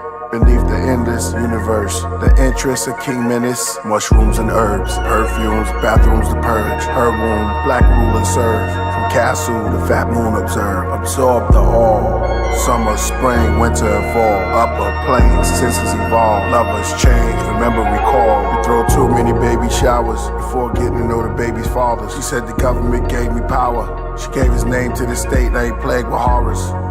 We celebrate those who come home from jail more than we celebrate those who come home from college. Do the knowledge, think about it, do some research, remove the 400-year curse. Underwear, be prepared, it's Mr. Universe, priesthood. Your angel. Today the grandparents are transparent. Came a long way across the transatlantic. Rain, strong waves, pale man panics. Tiny ship was tossed, lost in the tides like the Titanic. Before we arrived, there was tribe that resided in the canyon. Then Columbus and the Spaniards taught Taínos to speak Spanish. Bilingual Negro sandwich. Conquistadors reached the shores. Brung they priests to meet the Moors. Cannonballs, Greeks with swords. Planet evolved, dinosaurs. Creation story, minds explored. Nations poorly, Mayan wars. Anunnaki, mining for Nubian gold. The beauty was sold, Natufian scrolls. Shashu, Sufis were old. Mr. Universe. Priest.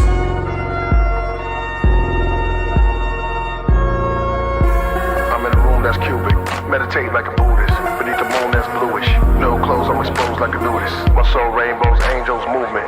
In the house tetragonal, inflammable. East and the west, dragon moves. Up the planet's avenue, forming rings around Saturn too. Saw shapes the rumbic and monoclinic. Quantum physics, snakes in space unnumbered.